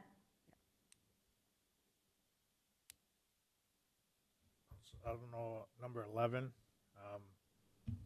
we tried to reach out, didn't work. We're not really pursuing that anymore. Could we get rid of 11? Yeah, we could remove 11. I mean, we've done several reach outs and we haven't really gotten no response back from that. That's fine.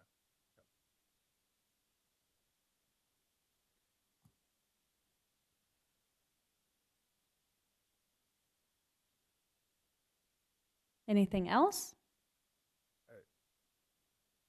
Do we need anything in the BCOAC regarding hiring a new director as on our work plan? That doesn't need to be there.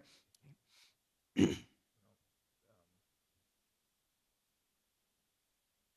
mean, how far do we want to get down here where we're getting continued updates and stuff to where this document becomes pretty long?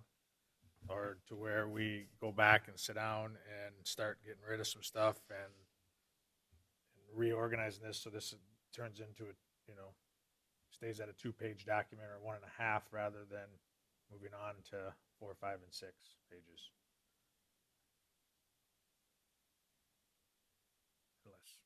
Unless we just want to continue to do what we're doing right now.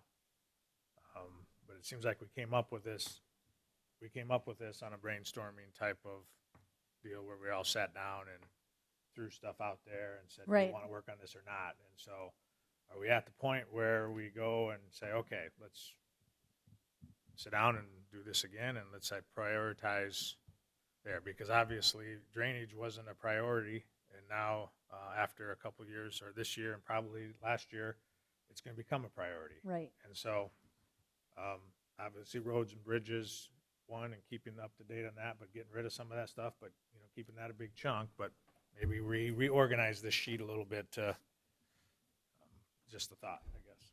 On the roads and Goes. bridges part, I like that stuff in there because I forget what we've done and where we're at in the process. That's kind of helpful. Yeah, and that may be Yeah. just fine with that portion of it too. You know, Yeah. it'd be awesome, obviously, if we had a couple of the bridges that were done, but because of the flooding, we don't have those done. you Well, know, there's a but- couple on here that are done Yeah. that could have been taken off, but Yeah. And so, Except for if we say done and just leave them on, then we can kind of keep track. And I know you've got that stuck in your memory, Larry, because of your background, but I have a hard time remembering that. and maybe we, again, just throwing stuff out here, maybe we want to keep it and it gets bigger and bigger and bigger, and so we see it and it stays as a document and see the changes, and we know the background, but, you know, it's a, I don't know. Well, and like number 13, do we have a Humane Society task force now? Marty was on Marty. that. Do you know if they still have meetings? The Humane Society Committee, I think that's, So number That's- 13 could come off entirely.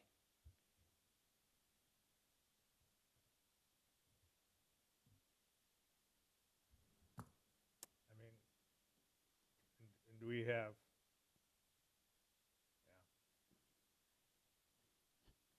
Could our union negotiations, number 7, come off? Because that's done now.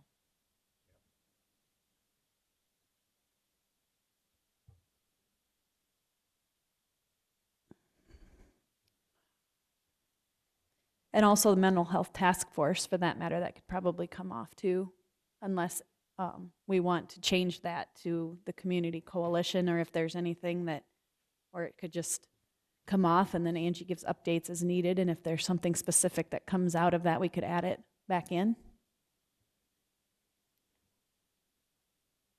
Any organization that has a priority list of 16 things doesn't actually have a priority. Right? We just have a list of crap to do. Yeah. So understanding that ultimately we need real priorities that focus our efforts on some things instead of just a list of stuff we have to do might be helpful. but I don't know, I mean, I don't know if this is a priority list. It's basically a work plan of topics that we're working on. I don't know if the priority is the 1, 2, 3, or 4, or if it's just, that's the list, and number 1 seems to be the largest. I don't know. But I don't know if it necessarily is a priority of which one, because, you know, they're all important. they're all important. We got to keep working on them. It's a work plan. You know, is the I-29 overpass, because it's at number 9, not as much as priority? I would argue that it's going to be, because it's going forward. So we're going to have to. Right, but my So- suggestion is if we're talking about reorganizing the order of the list, then you're trying to create priorities with it. And Yeah. so is that actually helpful, or is it actually not? Is it a waste of our time to try and put things in a rank order when this is really a list of stuff to do, not a priority list? I guess I don't know, maybe initially we prioritized it years ago when we first developed this, and this actually came about in between commission department directors back in 2014. I believe the commission established this list while in between people in my current position, so that nothing would fall through the cracks, so to speak. And so the board over the years has just liked to see this document, and so I bring it forward quarterly-ish. So I don't think it's ever been, since its inception, I don't know that's ever been prioritized, but just added to.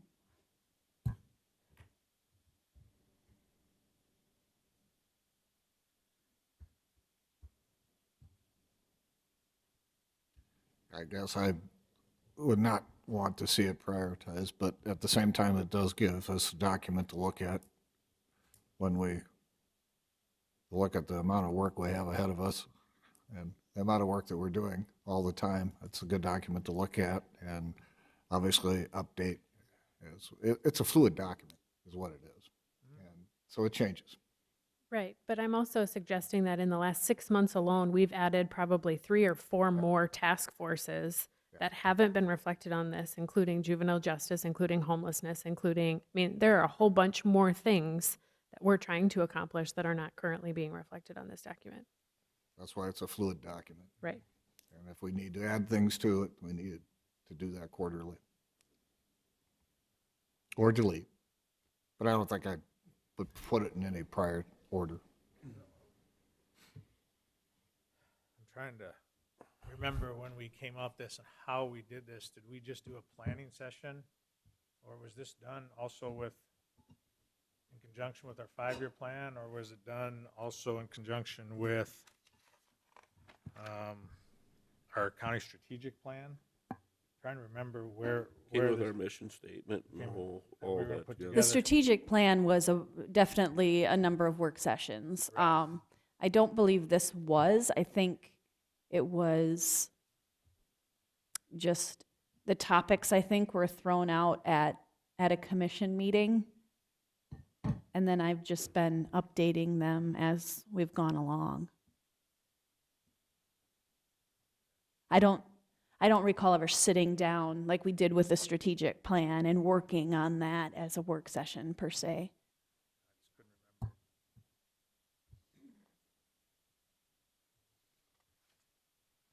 Do we have a 2020 strategic planning meeting scheduled? Is there a desire for that? I don't have time in the next few months to do that. I understand. But sometime in 2020, before 2021, do we want to put together a retreat, if it's called that, a strategic planning retreat?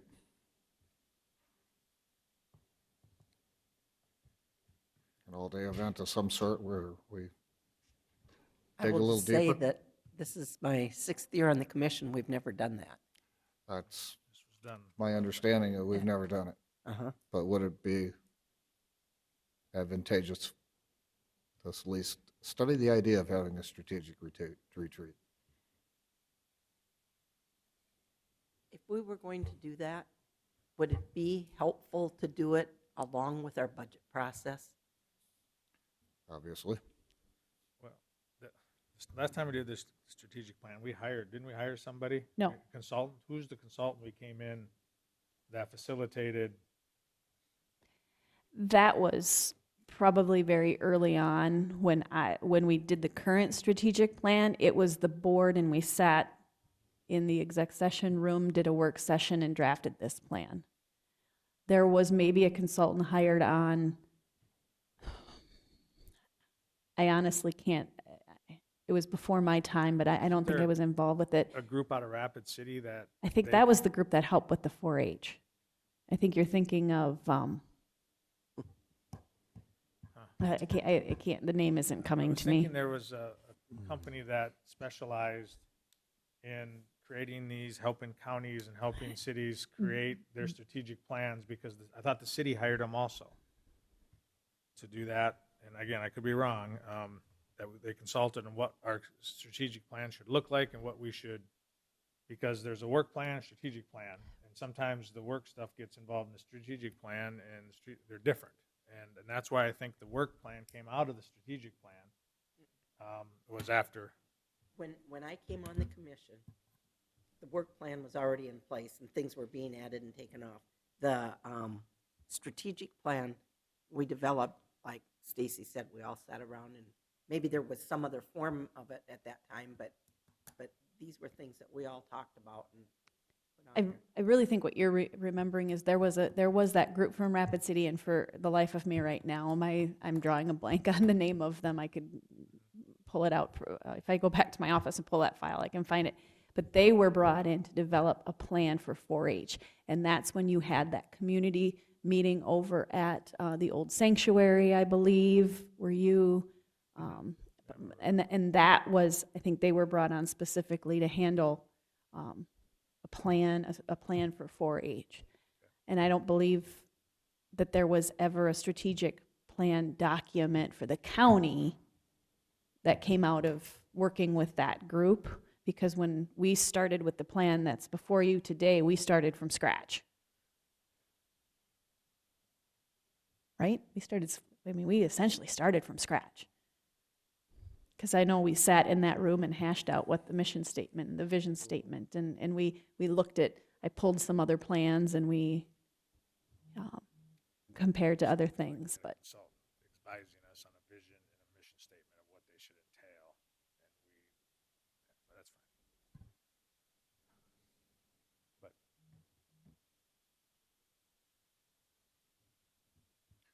Well, I think we should look at the possibility of forming a strategic planning session retreat of some sort, probably prior to the budgeting process, or at least in the middle of the budgeting process, so that we can understand what we might want to change as it relates to the work plan later. I mean, obviously, we have a 5-year plan from the highway department, but we've never really sat down with Brian in a long-term discussion at a strategic meeting to say, tell us what you think on where our plan and our workforce is. He's new here still, in many respects.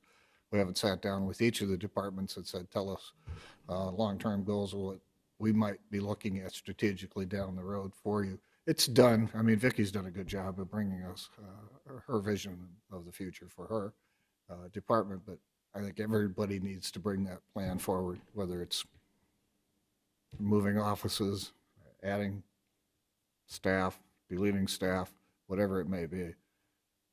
It's hard to do that at every meeting, but I think strategic plan, when it's all done at one time, is a little bit more cohesive, because we're looking at everybody's budgets, everybody's plans, everybody's wish list, so to speak, plus our own.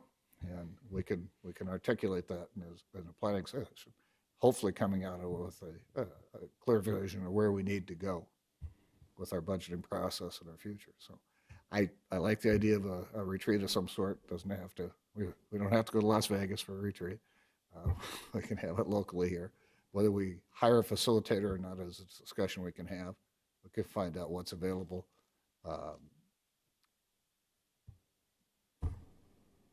Decide what we want to do. Think about it. I think we can put it on our next agenda or future agenda to have some options for that strategic retreat, if you'd all like to do that. So are you thinking that that would be for the 2021 budget, which we'll start working on Shortly. Shortly. Yeah. Or are early you June. thinking for the 2022 budget, which would give us time to have that meeting? What are you thinking? It may be a combination of the two. There may be some more immediate concerns and some long-range concerns. It's hard to obligate future commissions with long-range plans, but at least if you have them on paper, you have something to work with. well, last time we revised our strategic plan was 2018, April 3rd, 2018. I mean, at a minimum, we could do a planning session of just us, and look at it and make any adjustments if we need to. And at that time, from this, move on to the work plan to adjust or add to or that kind of stuff, both of them, same time. And just do nothing else is on the agenda. It's a planning meeting for us to get together and go through that. And I don't know if, just looking at it again, I'm not sure if there's a need that we need to blow this thing up and start over. I still think there's a lot of things that hold true and we can use out of it. Maybe we just do another revision on a work session. Any other comments? Just that if we're going to do anything of that nature, I just think it's important that we have input from our department heads. That was going to be my statement as well. If we're going to have a work session on the strategic plan and the work plan for that matter, side by side, I think it's important to sit down with department heads. And maybe it's, you spend time looking at kind of the generalities of the plan initially, and then bring a few department heads in at a time, or maybe bring them all in at the same time to go over the specifics and what the plan means for their office. I think that's appropriate. At the same time, we could give them our expectations, what we see. So we'll put together a proposal for that. That's all right.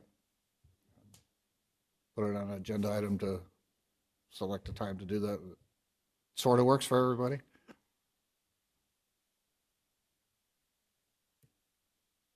Okay. Still Good. your report. All right. Let me find it.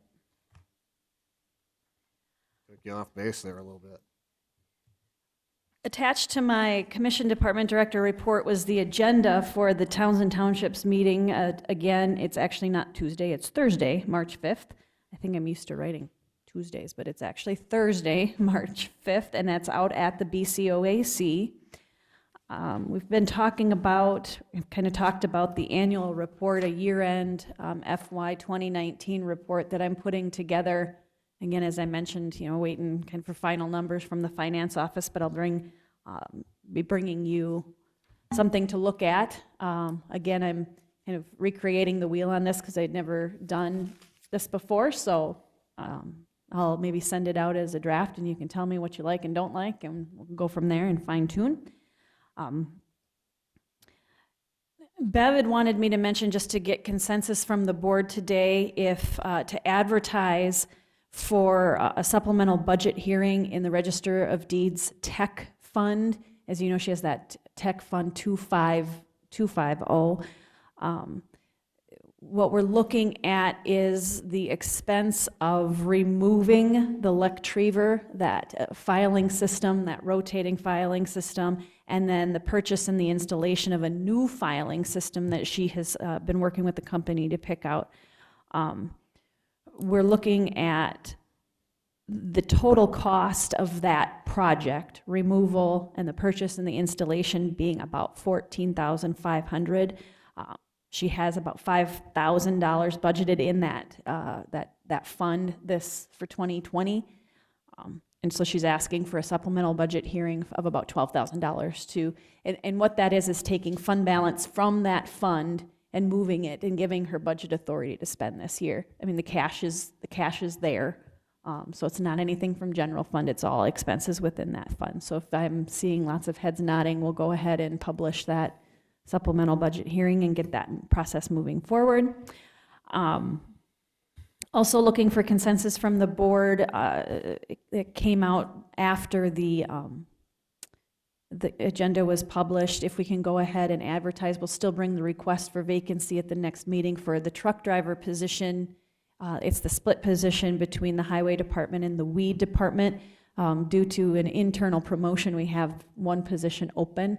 So we'd like to go ahead and start advertising for that now instead of waiting 2 weeks, but we'll still bring the request before you in 2 weeks.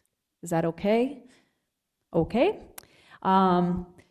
I don't know if Bob had mentioned, Kimberly Alenkowicz resigned her position from the Planning and Zoning, the County Planning and Zoning Commission, effective after the meeting tonight will be her last meeting. So I'm looking for authorization. We'll go ahead and publish that vacancy, looking at making that appointment at our first meeting in March. So, and then the city, just working with Jameson and others, the city of Volga, and I think we'll get into that with Commissioner Jensen and Commissioner Bartley's reports. That's all I have. Dates coming up. I think I've heard from all of you plan to attend the Youth and Government Breakfast. That's a week from today out at the Prairie Cafe at the bowling alley. That starts at 7 a.m. The district, we have different legislative forums coming up. There's one for just District 7 on the 15th in this room of February. President's Day, offices close Monday the 17th. The 18th, we'll need to discuss, and I'll work with Chairperson Bartley on this, meeting with that delegation from Russia that's coming on February 18th. And we have part of the county's time with them is they're going to be attending our commission meeting, or a portion of our commission meeting that morning. And then the afternoon from about 1:30 to 3, they want to meet with county officials. And I think I've got that word out to department heads to visit with them in the community room next door. So that's kind of the second half of the county portion of that. Do you have a question? I do. The stuff that came out from the World Affairs Council that's involved with this, said that some of the delegation do not speak English. What are we doing with translators? Have they? I believe there's a translator that's going to be with them, working with Angie at the city, Angie Ritter at the city. We asked that question, and I believe they'll have a translator with them. Then a couple other forums on the legislative forums on the 22nd and 29th. I got the date right, Thursday, March 5th, the Townships meeting. I got it right on your public notices, just not in my report. And then the last thing I added to my report, March 11th and 12th, it's a Wednesday, Thursday, is our spring workshop, SDACC spring workshop out in Pier. I have rooms saved. We have a meeting on the 10th, that Tuesday, and then some people choose to go out Tuesday night. Some people wait until Wednesday morning to come out. Things get going. I don't have an agenda yet. I know Chris is busy with legislative sessions, so I don't know when we'll see that, but just wondering if any of you do know now that you plan to attend that event. What month? March 11th and 12th. Oh, it is, okay. Okay? I plan on attending, but I don't know if I'm going out Tuesday till I see the agenda. Sure. Same here. Okay? So it's not Tuesday, Wednesday? It's Wednesday and Thursday. It usually starts, I want to say, Wednesday morning about 9-ish, 8:30, 9 o'clock. And depending on what the agenda is, I know some of you have chosen just to come out a little bit later on Tuesday.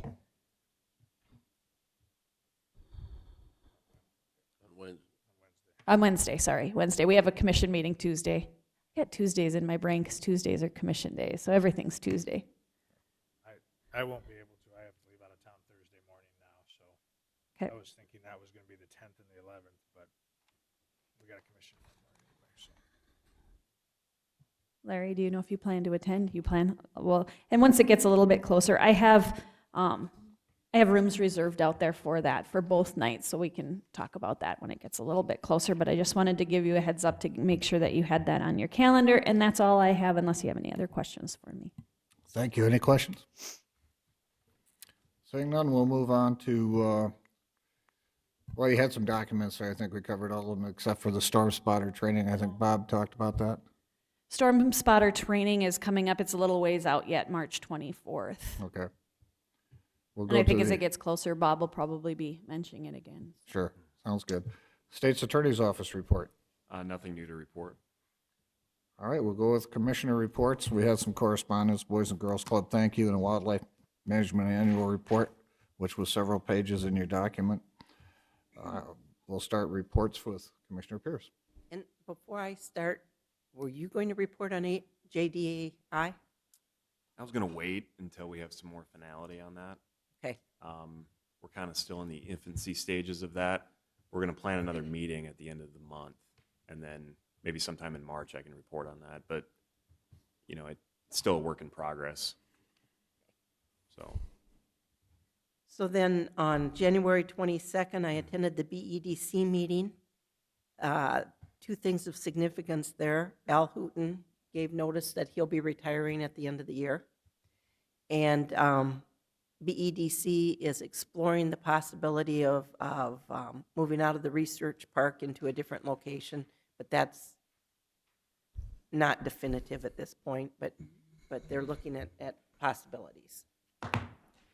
On January 24th, I attended the county holiday party, and just want to say to everybody that did the planning on that, nice job. That was fun. That was fun. I think Commissioner Bartley probably and Commissioner Boersma went together to get the tickets for Reba. No, I'm kidding. Going on. It was very nice. It was fun. And then I attended the Chambers Will Gear Up Summit on January 29th.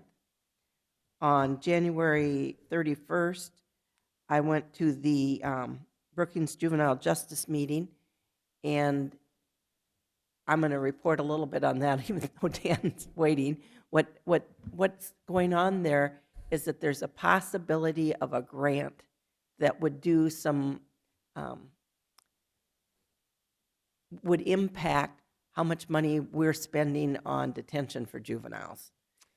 Well, and that's just where I got to caution Yeah. the commission on that, and that's why I didn't necessarily want to report on it today, is because there's some disagreement on that. I think the biggest way the county can reduce costs for juvenile detention is building our jail expansion, and I just think that that's the true cost that we're going to see be cut, because the reason why we've had the amount that the county spent on juvenile detention is because we've had individuals there that need to be detained. And I guess the point I was trying to make at the meeting was that those kids would be detained even if this program was implemented. Having said that, though, is there future cases where kids are being detained that would be put in this program? Yes, but that is going to be the 1-2%.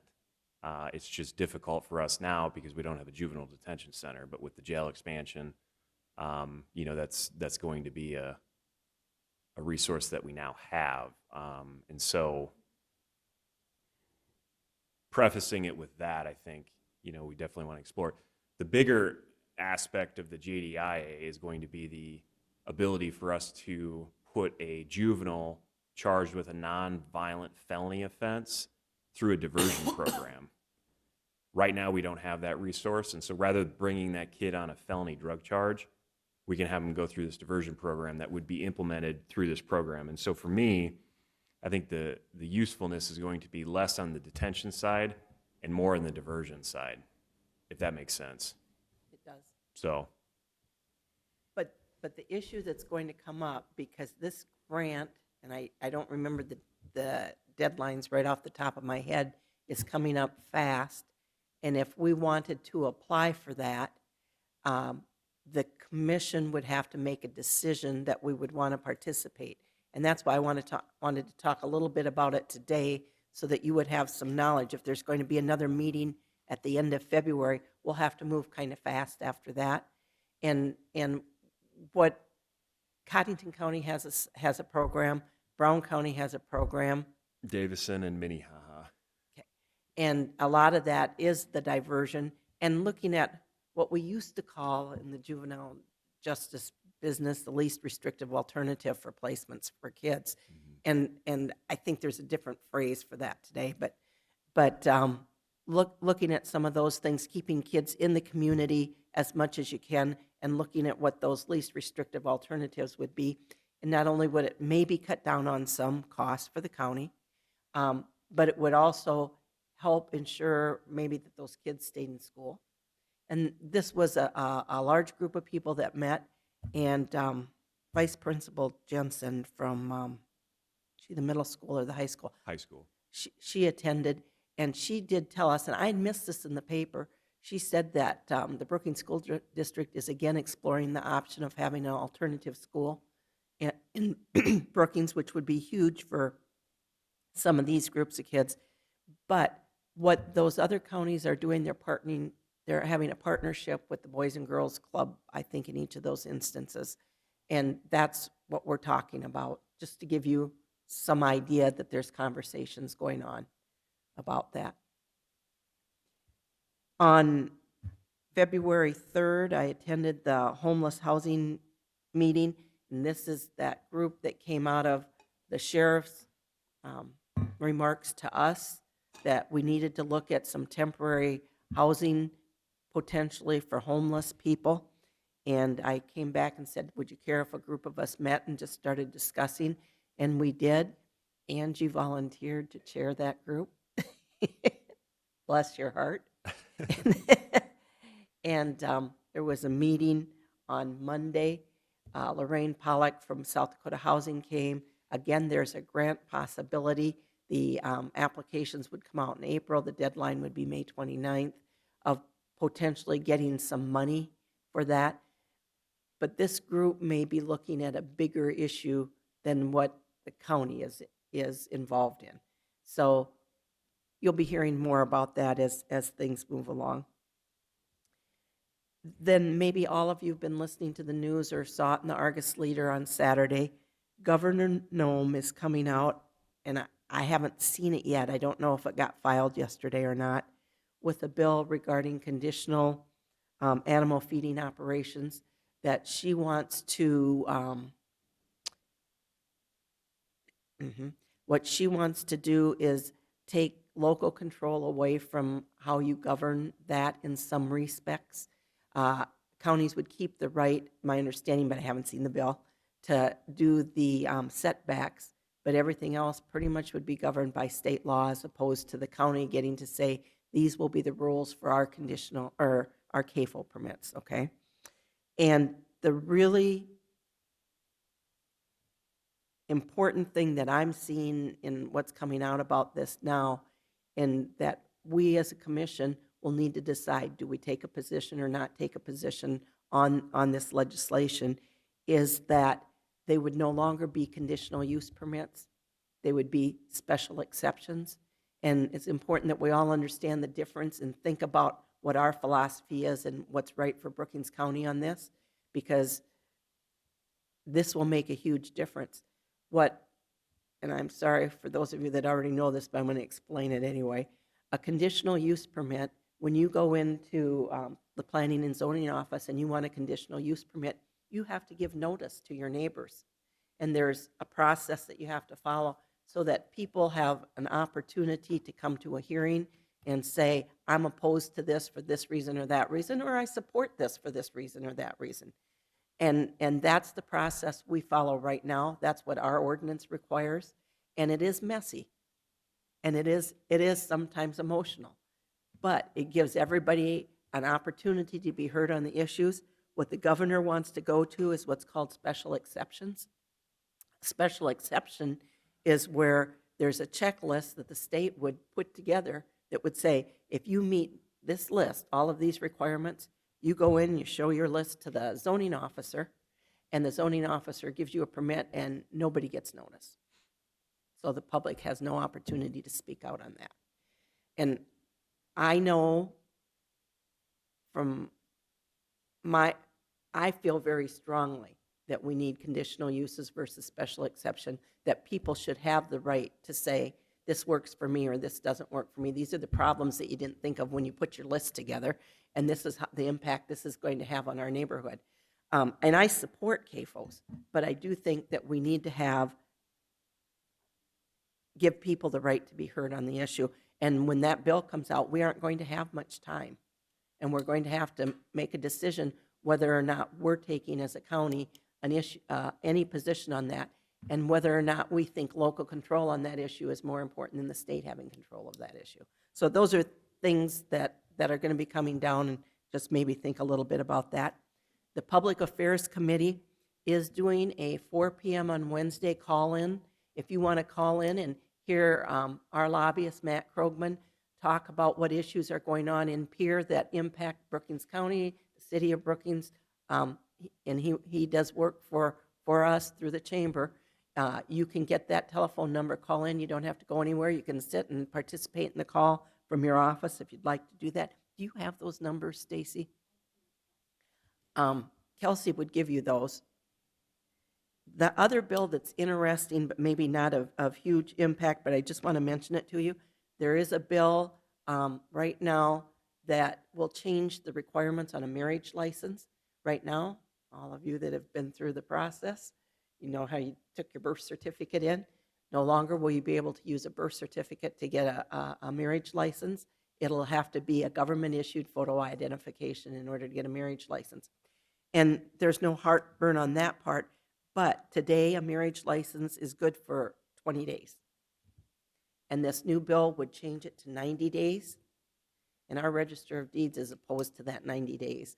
And she might need some of our support on that. She thinks that's too long for those marriage licenses to be floating along. She doesn't have any problem with more than 20 days, but 90 days is too long, in case you have anybody asking you about that. And that would be all that I have to report. All right, thank you. Commissioner Boersma. On the 24th of January, I facilitated the Brookings Behavioral Health and Wellness Facilities Retreat. It was a super productive afternoon, and came to the conclusion relatively quickly that there nearly out of space for the staff that they have right now. And so we have some pressing needs in the next year of figuring out what we need to do in terms of facilities to provide more space and more staffing for them. That evening was also the county holiday party, which again was a great time. So thanks to the staff committee for that. The 28th, I attended the 20th Street Overpass meeting with City Manager Brazino and Chairperson Bartley, kind of working through the memorandum of understanding. The 29th was a part of the Will Summit, and I have to, Commissioner Pierce glossed over that pretty quickly. She was awarded the Pinnacle Player Award at that. So congratulations, Commissioner Pierce.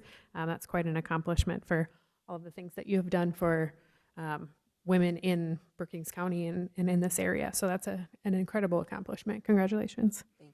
The 30th was a part of the Domestic Abuse Shelter Board meeting and went through kind of all their financials and set up some strategic objectives for how that group moves forward with future financial planning.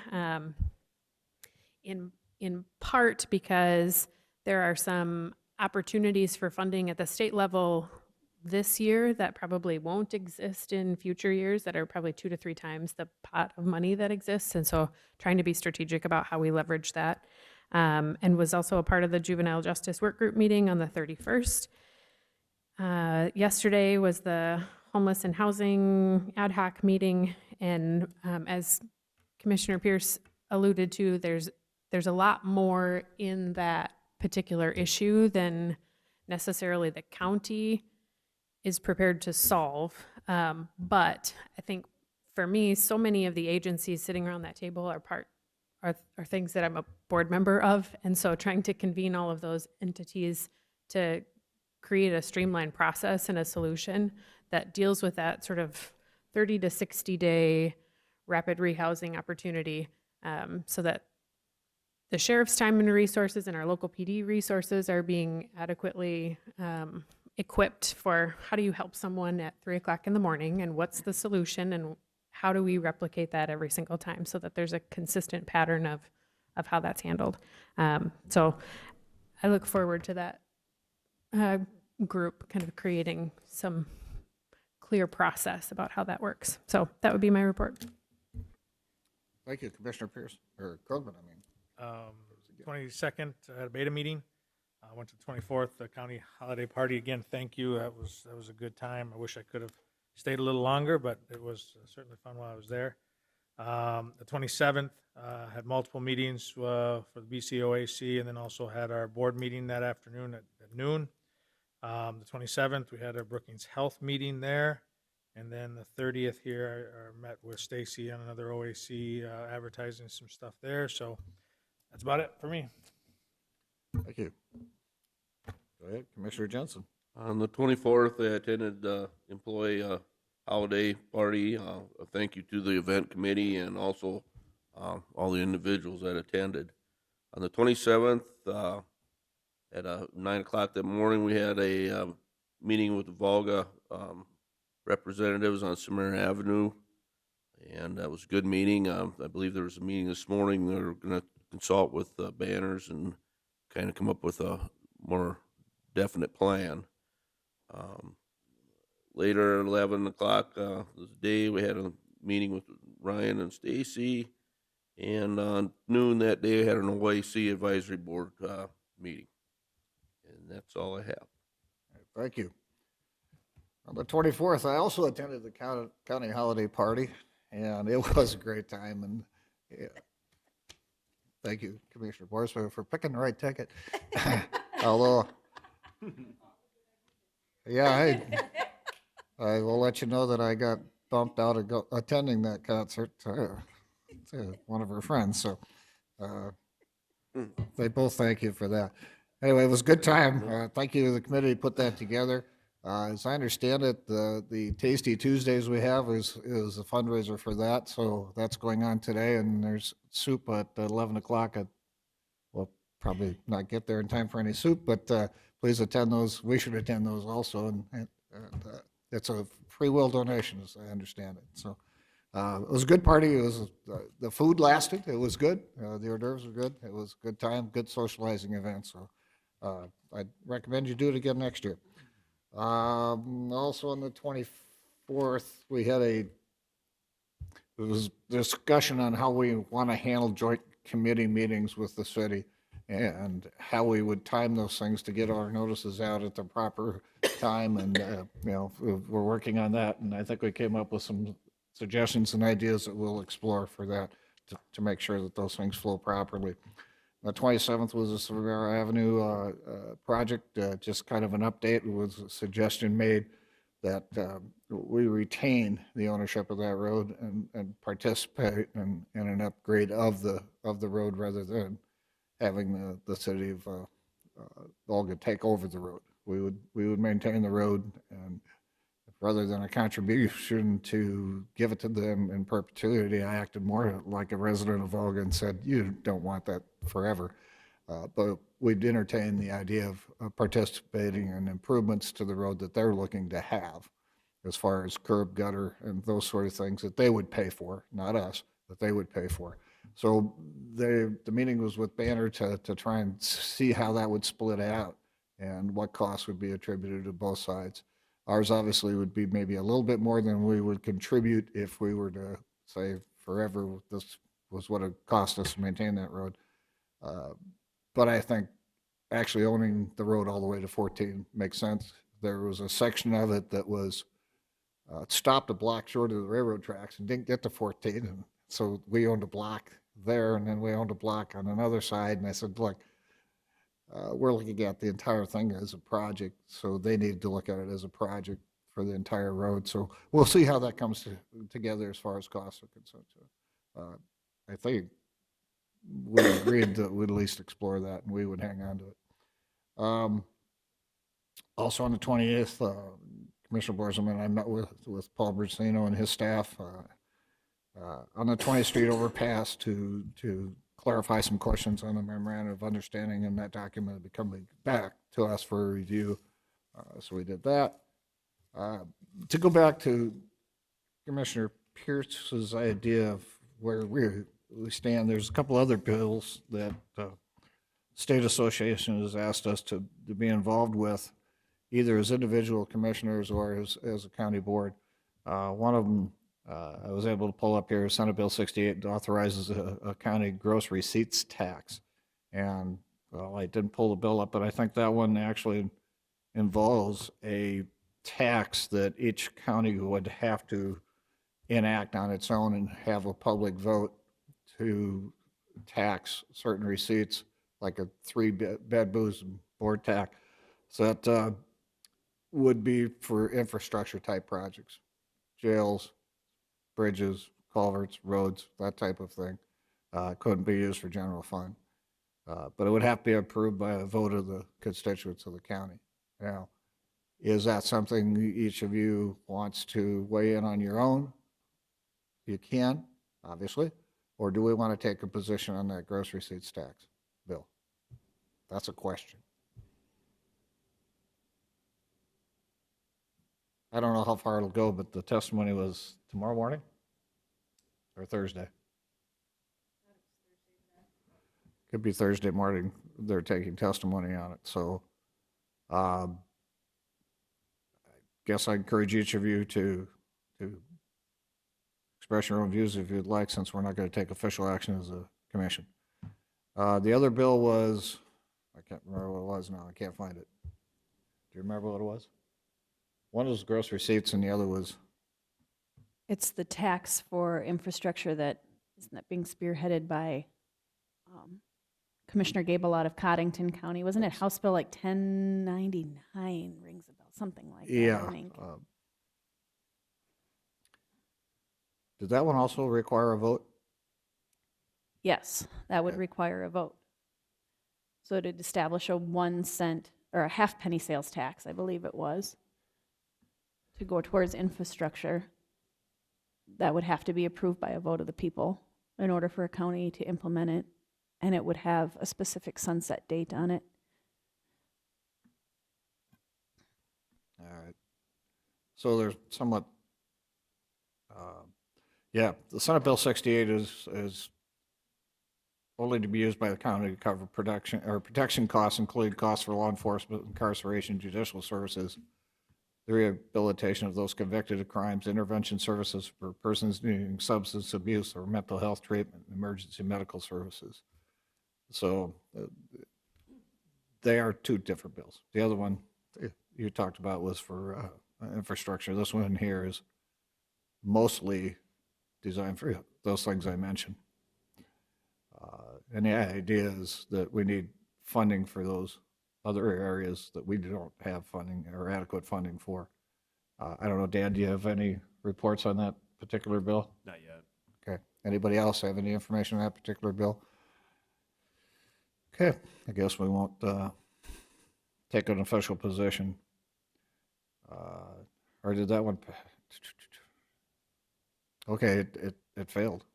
Looks to me like it was deferred to the 41st day. So I guess that bill's gone. Yeah, Bill 68. The other one is House Bill 1099. All right, I don't have that one up here. Okay, so that one already is gone, 41st day. All right, then on the